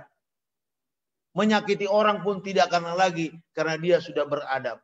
Saya justru rencana saya ketika saya duduk Habonaron Dobona, Hajukaton Dosapata akan saya bumikan di dalam bentuk butir-butir seperti layaknya ketika Pancasila ada butir-butir Pancasila, supaya Habonaron Dobona itu tidak dianggap mengawang-awang, tapi harus membumi, dinyatakan dalam butir-butir sekian, sehingga betul-betul seorang kepala dinas berhabonaron dobona seperti apa, seorang bupati yang berhabonaron dobona seperti apa, seorang camat yang berhabonaron dobona seperti apa, seorang pejabat yang ada di Simalungun termasuk ASN bagaimana dia berhabonaron dobona, itu akan kita breakdown, kita akan jabarkan dalam bentuk. Jadi nggak usah khawatir, Sinaga, itu menjadi target kita bersama. Bukan hanya saya, Riap Pita Makobasson. Kemudian data kependudukan seperti apa supaya tetap akurat? Ini Simalungun banyak bibit-bibit olahragawan. Betul, saya sangat setuju dengan itu. Bahkan saya sudah bicara sama teman saya. Salah satu teman saya itu ketua PSSI, Komjen Pol Purnawirawan Muhammad Irawan. Itu teman saya, satu angkatan saya. Saya sudah terpikir kalau saya nanti duduk, saya coba menghubungi beliau supaya olahraga bola kaki sepak bola yang selama ini terkesan sudah tidur akan kita bangunkan. Kebetulan potensi itu saya bisa akses ke teman saya. Dan banyak lagi hal-hal yang bisa kita lakukan. Kemudian data kependudukan seperti apa supaya tetap akurat. Saya tadi sudah sampaikan data kependudukan, KTP apa semua akan saya delegasikan ke kantor camat. Tidak semua urusan 1 juta penduduk itu diurusi oleh Dukcapil kabupaten. Hanya beberapa orang. Kenapa tidak kita berani mendelegasikan itu ke kantor camat?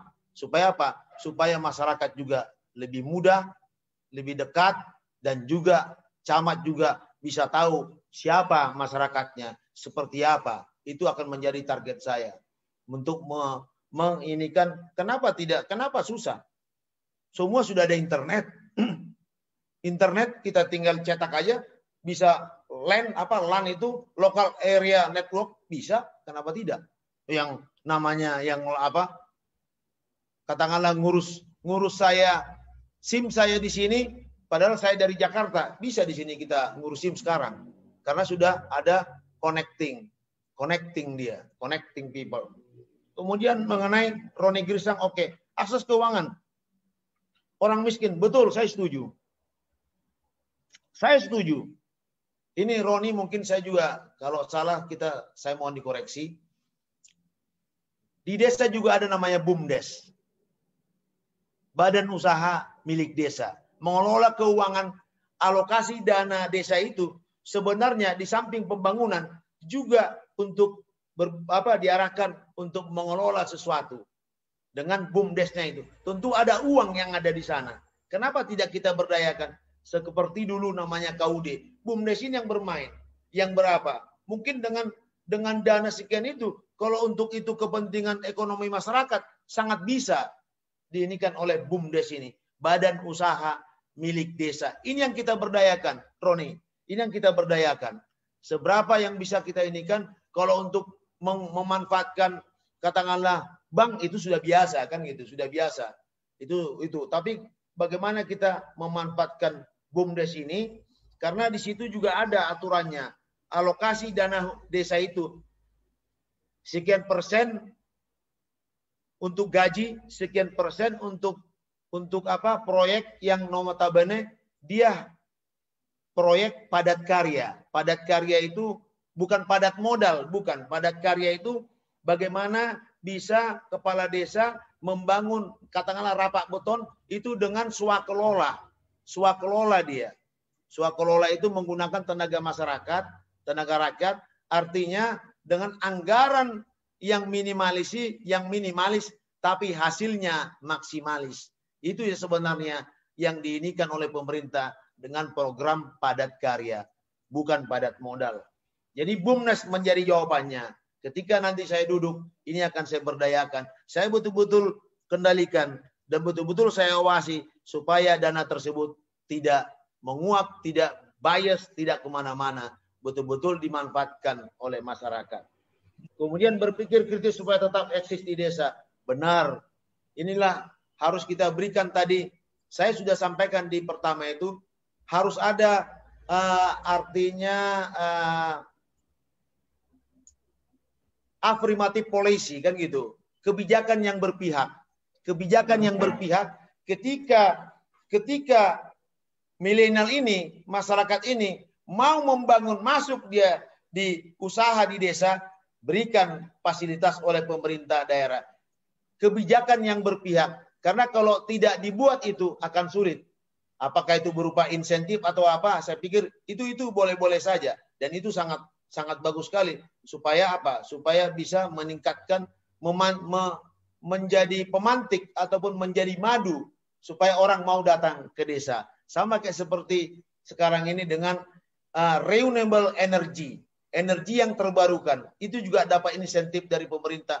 Ketika ada orang melakukan energi yang terbarukan, itu juga mendapat insentif dari pemerintah. Itu harus dilakukan. Supaya apa? Supaya orang tertarik untuk bisa kembali ke desa. Tidak hanya di kota. Kalau saya pernah baca bukunya Renat Kasali, yaitu mengepung kota dari desa. Saya pikir itu juga menjadi satu strategi yang bisa kita terapkan. Itu saja dari saya. Terima kasih. Kalau mungkin ada yang kurang berkenan, jawabannya moderator, saya boleh di invite ataupun di WA. Saya kasih nomor WA saya, nomor handphone saya. Boleh dicatat. Dina? Siapa? Dengar Dina? Siapa? Nomor handphone saya 0811 Siapa? 925 2022. Untuk milenial saya kasih nomor handphone saya karena saya sangat apresiasi. Boleh saya di handphone, itu juga nomor handphone saya, itu juga nomor WA saya. Yang pasti kalau saya duduk menjadi Parhubas Nasyam, nomor itu tidak akan saya ganti. Itu saya. Silakan. Nah, saya kembalikan. Terima kasih Tulang. Baik, terima kasih. Sudah sangat jelas tadi dari para penanya. Sudah dijawab secara detail oleh Bapak Wagner Damanik. Dan kini tiba saatnya kita sudah ada di penghujung acara webinar kali ini ya, karena sudah menunjukkan waktu untuk kita beristirahat. Terima kasih kepada Bapak Irjen Pol Wagner Damanik yang sudah menjelaskan tadi secara mendalam programnya, visi misinya, dan kita juga sudah sangat jelas program apa saja dan juga infonya sangat transparan. Dan kita bisa melihat tadi bagaimana komitmennya. Dan di sini saya bisa simpulkan sedikit tentang webinar kali ini bahwa WD Bisa Salam Tiga Jari sudah memiliki visi dan misi bahwa Simalungun unggul tahun 2021 sampai 2024 dengan visi misi yang sangat jelas dan juga komitmen untuk fokus pada transparansi dan juga anti korupsi, efisiensi dan juga pelayanan prima, serta membangun kerjasama antar daerah termasuk pemerintah provinsi pusat dan juga pihak ketiga. Dan masih banyak lagi tadi yang sudah dijelaskan secara lengkap oleh Bapak Wagner Damanik. Dan sebelum mengakhiri acara ini, saya juga mengundang dari perwakilan tim milenial yang sangat luar biasa di balik dari acara kali ini, suksesnya acara webinar milenial bersama WD Bisa. Saya undang kepada Kakak Epa Sihombing untuk menyampaikan sepatah dua kata sebelum kita mengakhiri webinar kali ini. Ya, terima kasih moderator. Suaranya kedengaran? Sudah. Ya, terima kasih. Hora Sobat Haganupan, Hasoman Milenial Simalungun. Kalau bisa hali mungkin, ya terima kasih. Kupatanda lebih diriku tene, yang gogoranku Eva Sihombing, Hutanami Ijumapalia, Nagori Bahapal Raya. Alumni Hun Ilmu Politik USU Dema selesai studi tahun nasalpu. Jadi puji Tuhan sonari lagi horjai rumah sakit COVID batu 20. Malah suhur terpuji ma Tuhan boy berlangsung acara webinar milenial Simalungun bersama WD Bisa. Terima kasih Pak Tulang Wagner Dema isi nampan orang nih hamben nami boy berbincang santai pokoknya hasoman milenial. Kurang lebih memang grup milenial WD Bisa terbentuk sekitar 3 minggu. Jadi anggosonari peserta ijum i grup WA dong sekitar 200 halak. Harapan kami memang ke depan nih kaum milenial Simalungun boleh semakin berpikir kritis, terbuka dan semakin menyadari gitu. Pemimpin yang terbaik Simalungun itu kita bisa lihat bersama-sama ada di hadapan kita bersama kayak gitu. Jadi terima kasih juga buat peserta Zoom. Sampai saat ini masih semangat, masih nampak ceria dari wajahnya masing-masing. Harapan kami kita bisa mengingat bersama-sama apa yang telah disampaikan oleh Pak WD. Dan untuk keluarga, teman-teman, sahabat semua yang stay juga di Facebook, terima kasih sudah menyaksikan acara Milenial Simalungun bersama WD Bisa. Dan harapan kami juga untuk selanjutnya kita bisa berperan aktif untuk Simalungun, untuk menuju Simalungun yang lebih baik ke depannya. Terima kasih buat teman-teman yang ikut berpartisipasi ambil bagian dalam kegiatan kita malam ini. Jadi Hanami, tim admin Milenial WD Bisa bersyukur boleh selesai untuk sesi yang pertama mungkin ini. Jadi kita harapkan nanti ada jilid 2 untuk kegiatan Zoom dan bisa sharing bersama teman-teman milenial selanjutnya, dan kita upayakan nanti boleh bergabung bersama kita juga wakil calon Bupati Simalungun nomor urut 3, Bapak Abidin Syah Saragih gitu. Jadi mungkin ketika Bapak Abidin Syah boleh bergabung bersama kita akan lebih semangat dan lebih antusias teman-teman milenial untuk bergabung dan join bersama kita. Salinari dia itu Pak Wagner boleh hasil siron nih hamba dihanami. Iya, terima kasih Pak. Mungkin itu Dina, terima kasih buat pimpinannya juga malam ini di acara diskusi kita. Horas. Horas. Ya, terima kasih kepada Kak Hepa Sihombing dari tim milenial, tim admin ya. Dan ini juga banyak sekali tanggapan dari para milenial yang mantap-mantap ya. Pesannya untuk Bapak Wagner di sini di kolom chat sudah sangat jelas, fisiknya yang tetap prima ya Pak. Kurang lebih tadi sudah 3 jam berbicara di depan kita ini secara virtual gitu ya. Kelihatan sekali sangat siap untuk ditempa dan menjadi pilihan kita ya untuk semua milenial. Dan mungkin sedikit lagi ada sepatah dua kata untuk abang kami, Bang Triadil. Silahkan Bang.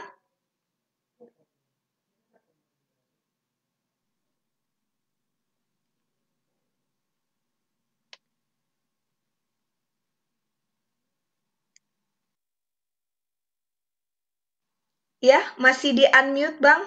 Silahkan diaktifkan dulu audionya.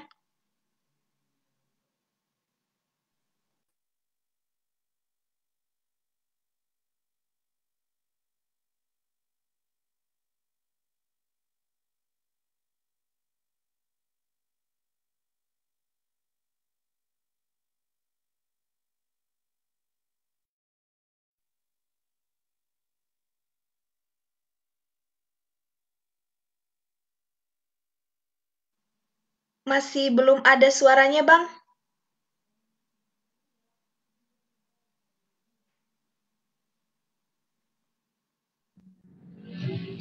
Oke, Dek. Sudah. Ya, Oros Bataganupan. Ya, Patunggung Simalungun, etah hobaskon.